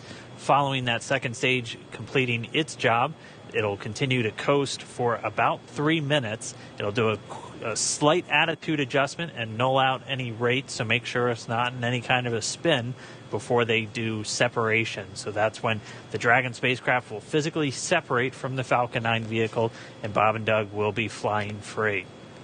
It's about a 19-hour ride if we launch today on time. So that means Bob and Doug will get on orbit. They'll have a number of burns or those firings of those Draco thrusters that they'll do over Stage 2 LOX load started. We hear the LOX. The liquid oxygen load has now started on Stage 2.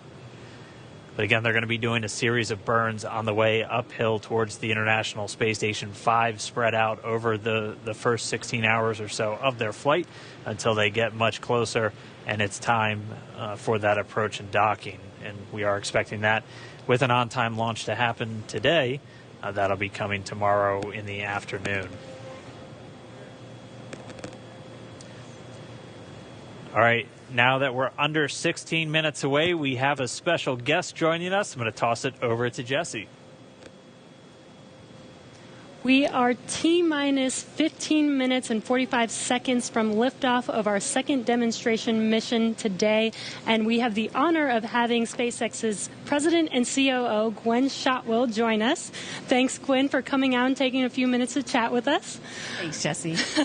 We know you've been on console. How's the countdown been going so far in there? Countdown is clean today, just like it was Wednesday. We did clear the weather hurdles sooner than we did on Wednesday. And the only thing we're watching right now is downrange weather and lightning at the staging location. Of course. But we will clear that hurdle at T-minus 7 minutes. Awesome. Great. Very exciting. Now I'm going to throw it back to 2012 because you were on console for Dragon when it was first making its way to the space station. How does that experience compare to today? Stage 2 LOX is on the DPs So I was nervous then. then. I stopped getting nervous for launches. Today I'm nervous again. Super nervous. Stomach and throat. Understandable. No, it's a fantastic fantastic day today. I'm really excited. The team is pulled together. It's such a professional operation. And when I say team, by the way, I mean SpaceX and NASA. These folks have been working incredibly hard and have done a fantastic job. Yes, and we are all so excited. And we know that you have to get back inside of Mission Control, but is there anything that you wanted to say before liftoff to NASA and SpaceX? Well, I want to thank NASA, of course, for their generosity and their help with getting to this place. I want to thank all the SpaceXers who have come together to make this moment in history. And I want to thank Elon for hiring me. We thank Elon for hiring you as well. Thank you so much for joining us. We'll let you get back to Mission Control. And good luck with launch today. Thanks, Jesse. And Godspeed, Bob and Doug. Well, we are so excited. We are just a few minutes away from countdown. So we are going to turn it over to Dan and John for the final minutes in terminal count. Take it away, John. T-minus 13 minutes, 30 seconds, continuing to count down. We're continuing to load fuel onto the first stage. That should finish up in just about 6 minutes. Fuel is completely loaded on the second stage. That's closed out. And we are continuing to load liquid oxygen on both the first and second stage. The liquid oxygen load beginning on the second stage just about 3.5 minutes ago. We are also loading cryogenic helium into the storage vessels on the first and second stage, getting in the last little bits of helium when we keep it cryogenic, cold and liquefied. That gets us, just like we do with liquid oxygen, the maximum amount into the storage volume so that we can get the most performance out of the vehicle. Right now we are in a fairly quiet state on the vehicle. Ground pumps continuing to put the propellant in to first and second stages. Next significant issue, callouts that we're going to hear will probably be inside the T-minus 10 minutes when they talk to the crew. We'll listen for that. But at the moment, everything continuing to look good at T-minus 12 minutes and 20 seconds.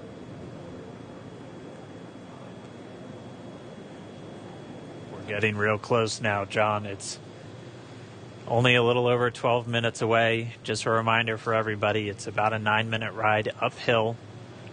We'll have some dueling boxes going on as that first stage is going to be coming home while the second stage is carrying Bob and Doug into orbit. So obviously, we'll be keeping an eye on our astronauts the whole way uphill. Some of the calls that you'll be hearing, as there will be what we call performance calls over the Dragon to ground the entire way uphill. And you'll just hear some of the SpaceX engineers calling out trajectories and booster performance. So we're always looking for that word nominal. I know that's one of John's favorite words. That's one of mine too. We want to hear nominal as much as possible up on the way uphill. You might also hear some number and letter combinations, and those correspond to the different abort zones that Bob and Doug are in during their flight uphill. There's 1A and 1B, which signify that they're on the first stage. Those carry them from there in the Cape all the way up to about the very top of North Carolina. And then we'll have 2A through 2E or 2 Echo, and that will be on the second stage, and that goes from North Carolina all the way up to about the tip of Newfoundland, so in the northern Atlantic. And then there is a zone of the northern Atlantic that we're going to avoid, and so you should hear the call out be something similar to forward to Shannon, and that just refers to Shannon, Ireland, which they'll be going off the coast of Ireland at the later stages of the second stage if they have to abort. So just prepping you now for some of those calls. You're hopefully going to hear that word nominal a whole lot on the way uphill. 10.5 minutes. Things are pretty quiet. As John I said, it'll pick up right at about 10 minutes. We'll wait for the crew just to confirm that their displays are in order. The crew is already strapped in and reported that they are go for launch. And we'll continue to watch the fuel gauges tick up on the Falcon 9 vehicle until fueling cuts off at just about 2 minutes prior to launch. Dragon, SpaceX confirmed displays are configured for launch. SpaceX Dragon displays are configured for launch. Copy. Bob, Doug, on behalf of the entire SpaceX team, it's been a huge honor to help you get ready for today's historic mission. Know that we're with you. Have an amazing flight and enjoy those views of our beautiful planet.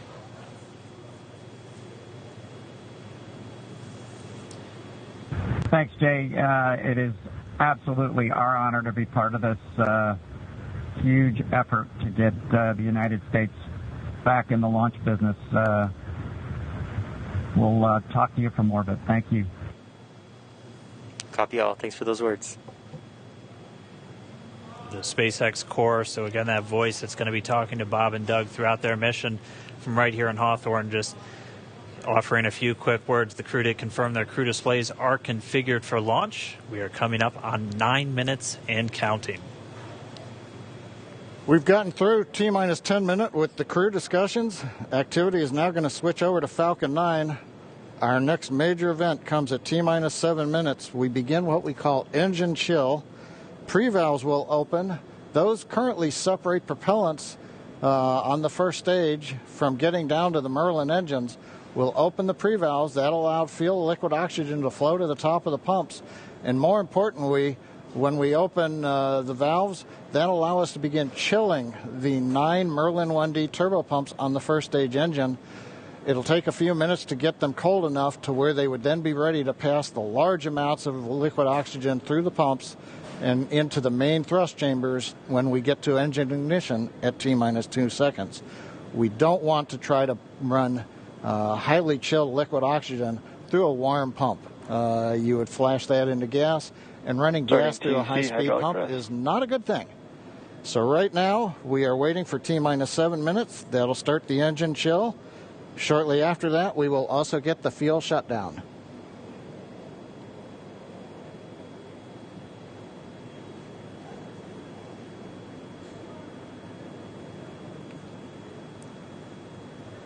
Listening to the SpaceX launch director in the background there. As I mentioned, at T-minus 7 minutes as we start the chill, we will also get into the final topping off of stage 1 fuel, and then the fuel load will complete.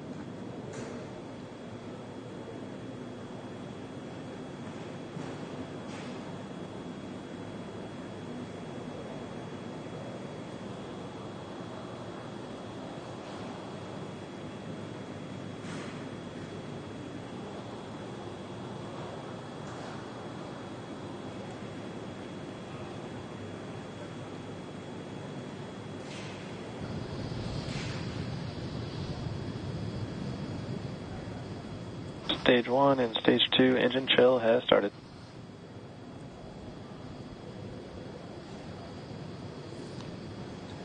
We've heard the call out. Stage 1 engine chill has started. That's gone up to the crew so that they've got situational awareness. As I mentioned, the pre-valves are open. And now we are topping off first stage fuel, getting ready to finish the fuel load. Liquid oxygen load on first and second stage will continue until the last 3 to 2 minutes of the countdown. We should hear that call out, RP1 load complete, coming up in about 6 minutes. Again, RP1 is just that densified kerosene or that rocket fuel that Falcon 9 is going to be used to power Bob and Doug to orbit today.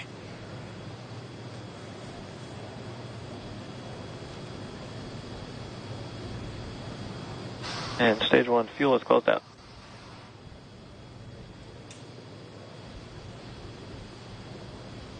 Right on time. That call out indicates that the fuel loading on the first stage is complete. Draining back the lines now, so first stage and second stage fuel are complete. Liquid oxygen loading is continuing on both stages. You can see on the view on the left side of the monitor the condensation, the cold gas wrapped around the stages as the tank skins are chilled by the densified liquid oxygen picking up the humidity from the Florida air. It looks like at this moment we're a little more than 90% full on the oxidizer on the first stage, ticking up towards that 80% mark on the second stage. We'll be counting down all the way till about 2 or 3 minutes, as John and I just said, until everything is loaded in Falcon 9. Heaters closing out. And then we will go for launch. Dragon has transitioned to configure for terminal count. Vehicle tanks pressing for strong back retract.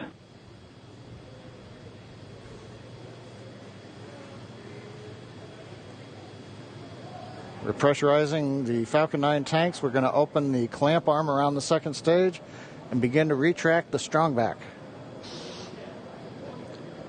We'll move back about 2 degrees. That'll get us to the liftoff position. At liftoff, the strong back will then recline about 45 degrees away. Started. Stage 2, RP1 bleed. Launch director called out the strong back retract has started. On the left, you'll see it go back just a couple of degrees. Stage 1, RP1 bleed.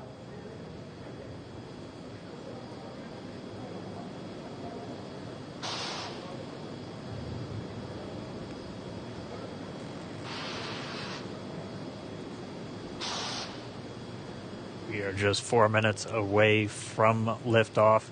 Again, at this moment, Bob and Doug are really just laser focused on those displays. They have insight directly into Dragon and the Falcon 9. They're able to see where their fuel loading is at, how everything's progressing down with the count. AFTS final setup started.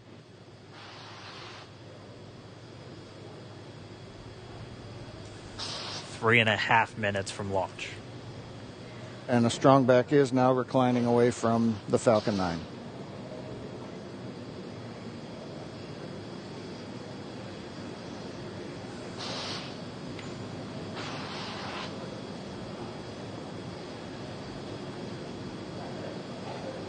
MVAC igniter purges.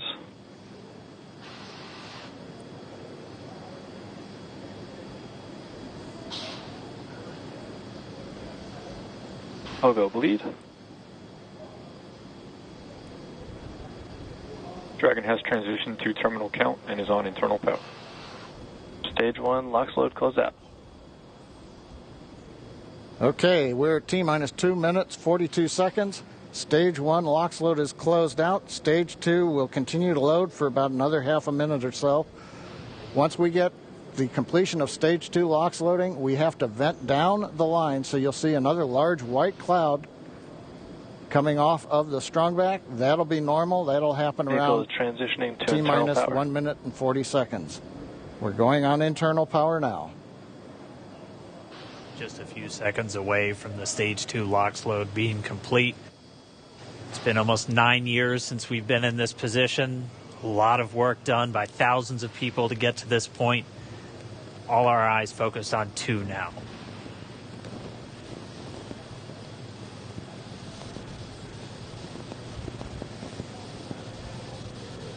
Stage 2 LOX load is closed out. Propellant fills are complete. Dragon is in auto idle. Stage 2 LOX load complete.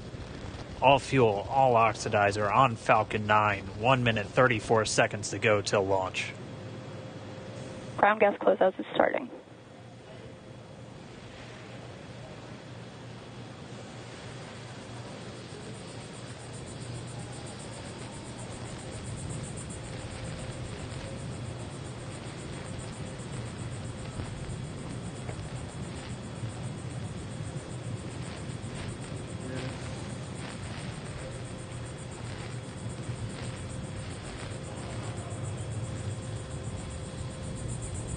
Falcon 9 is in startup. Dragon is in countdown. FTS is armed for launch. Under a minute now, the FTS, the flight termination system, has been armed. Dragon, SpaceX, go for launch. SpaceX Dragon, we're go for launch. Let's light this candle.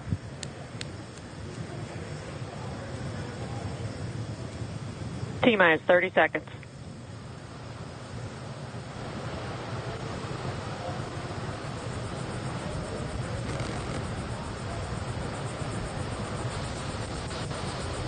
Stage 1 tanks pressing for flight. T-minus 15 seconds. 10, 9, 8, 7, 6, 5, 4, 3, 2, 1, 0. Ignition. Liftoff of the Falcon 9 and Crew Dragon. Go NASA. Go SpaceX. Godspeed, Bob and Doug. America has launched. And so rises a new era of American spaceflight, and with it the ambitions of a new generation continuing the dream. 20 seconds into flight, Stage 1 propulsion is nominal.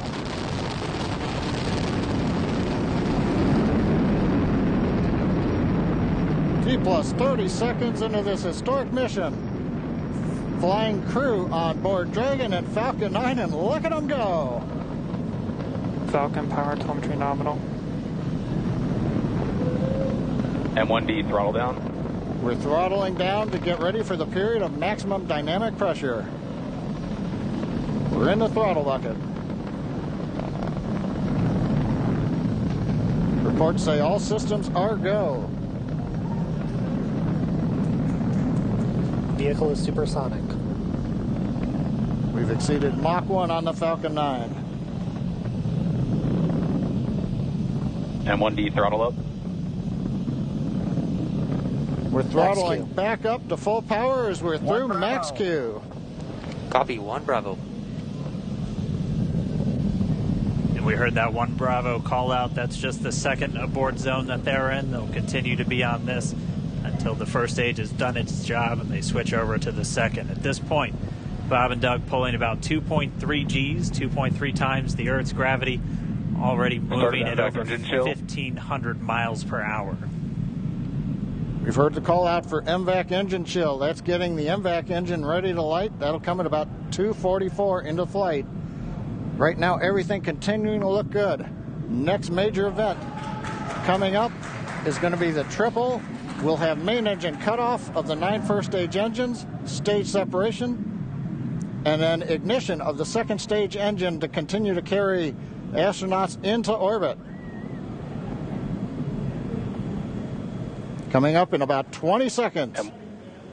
M1D throttle down.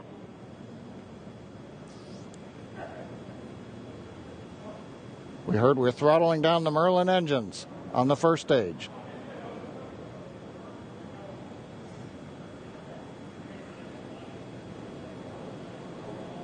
And we have MECO. MECO. 2 Alpha. Falcon stage separation confirmed. Copy, 2 Alpha. MVAC ignition.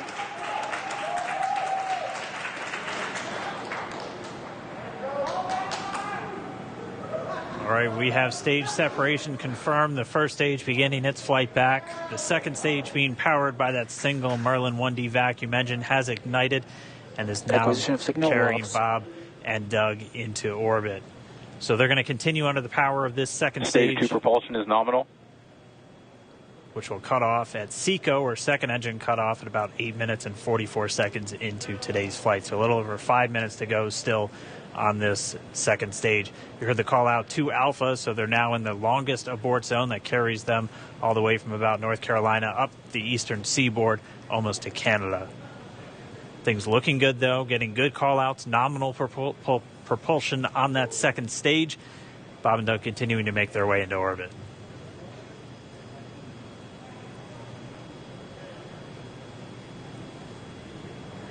Dragon SpaceX nominal trajectory. Acquisition of signal in Bermuda. SpaceX Dragon nominal trajectory.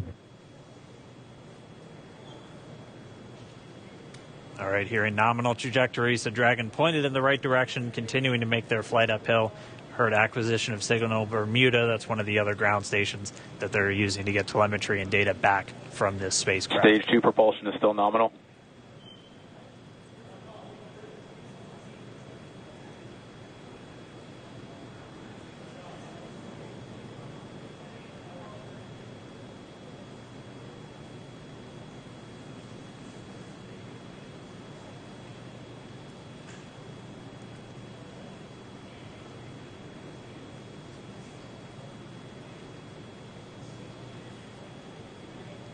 Little over 4 minutes, 40 seconds into the flight.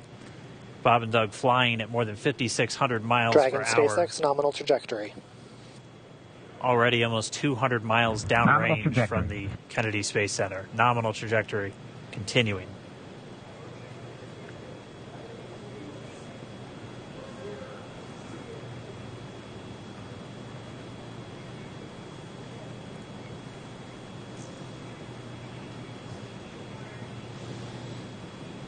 And while they continue uphill, looks like we are getting a view of the first stage as well.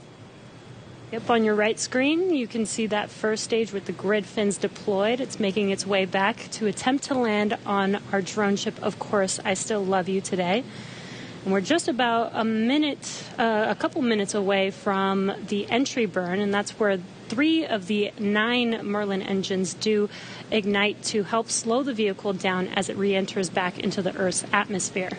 And then after the entry burn will be the landing burn, which is just a single engine Dragon burn. SpaceX nominal trajectory. And you heard Nominal Starting trajectory. chill for entry burn. there's that call out. They are still on a nominal trajectory on Dragon, still on second stage, and that's that MVAC engine on second stage on your left screen.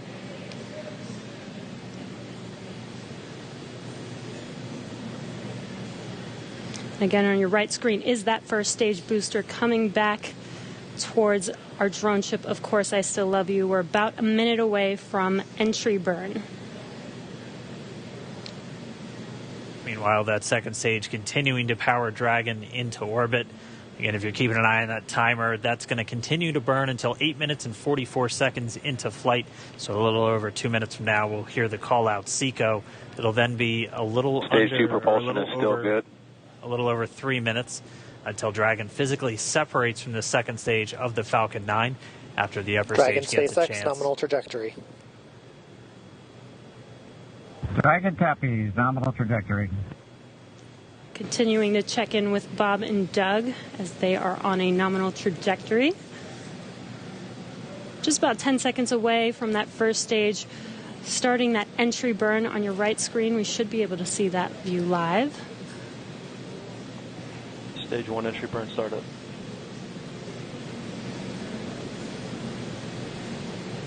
And there is that entry burn Acquisition signal, beginning. New Hampshire.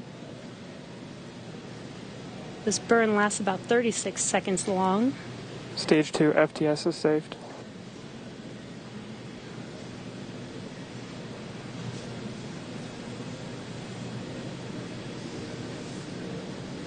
While that entry burn continues, we're just about a minute away from SECO. We'll have a number of events all happen in rapid succession. That'll be the second engine cutoff. Stage 1 We'll entry be burn looking shut for down. that stage 1 landing burn shortly after. Yeah, actually, just within a few seconds of each other. It's such a cool view on your left screen, seeing Bob and Doug on Dragon. Right now, you can see the displays that they are seeing right now themselves. Terminal guidance. MVAC throttle step. We are coming up 25 seconds or so away from SECO, or second engine cutoff. This is also the point where Bob and Doug are experiencing their highest G-force. We're seeing the counter tick up to right about Stage 1 4.8. transonic. Copy, Shannon. You heard Shannon, so that just means they're in their final abort zones. If they were to abort at this point, it would either be an abort to orbit or to land off the coast of Ireland. Standing by for second Stage 1 landing cutoff startup. confirmation. MVAC throttle step. MVAC shut down. Stage 1 landing layer. Confirmation of SECO's second engine cutoff. Now we are waiting for our first stage to make its way to our drone ship, Of Course, I Still Love You. Dragon SpaceX nominal orbital insertion. Did Launch get escape system confirmation is disarmed. nominal Dragon orbital copies, insertion. nominal Stage orbital 1 landing leg insertion. deploy. And what you're seeing on your screen is a live view of our drone ship, where our first stage will be coming down. Looks like we lost that live view, but we'll wait for confirmation of that landing shortly here. Falcon 9 first stage successfully landed. And aboard there you Of Course, can I see Still on Love your screen, Falcon 9 has landed. This is the first Falcon 9 to carry Acquisition of signal, humans to Newfoundland. orbit, so very exciting for us. And as you can see on your right screen, Bob and Doug are still making their way to their targeted orbit. M1D to recovery 1. So exciting today. M1D. It doesn't stop. It does not stop. All right, we did hear again that call out, good orbital insertion, so that means Falcon 9 and Dragon right now exactly where they're supposed to be. M1D to FRC on recovery 1. And it's right at about 12 minutes This is FRC. when Can you Dragon will switch over to separate. ECF9? Looks like we saw a zero-G indicator floating around there. I know Bob and Doug owe us a little bit about what exactly that is that they brought up with them.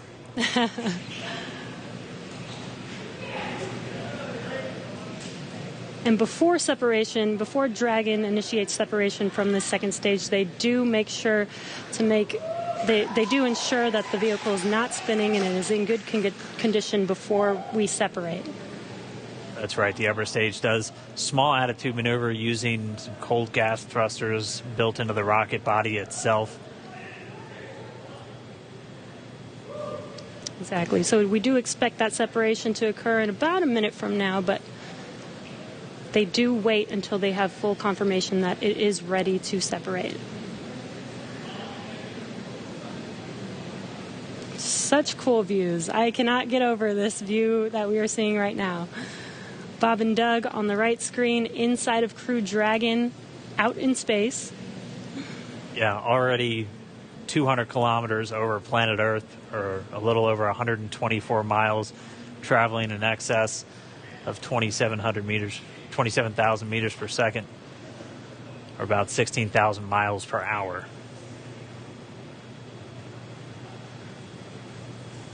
So again, we're just standing by. That separation event should be coming up shortly. Then they'll begin a series of checks on the Draco thrusters that are going to be used to maneuver and then power Dragon on its flight to the International Space Station. Standing by for separation. Expected loss of signal, wallops. It sounds like we had an expected LOS loss of signal with one of the ground stations. Waiting for confirmation now of that. Dragon separation confirmed. Dragon separation confirmed. There is a great view right in front of you of Dragon separating. Separation confirmed. And there's that call out. Dragon is now officially making its way to the International Space Station today.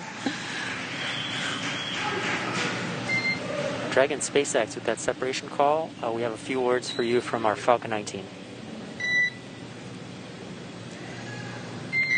Standing by. Dragon, Chief Engineer on Dragon to ground. Bob Doug, on behalf of the entire launch team, thanks for flying with Falcon 9 today. We hope you enjoyed the ride and wish you a great mission. Thanks, Bala. Congratulations to you and the F9 team for the first human ride for Falcon 9, and it was incredible. Appreciate all the hard work, and thanks for the great ride to space. Copy all. And proud of you guys and the rest of the team. Thank you so much for what you've done for us today, putting America back into low Earth orbit from the Florida coast. Copy all. Good luck. Godspeed.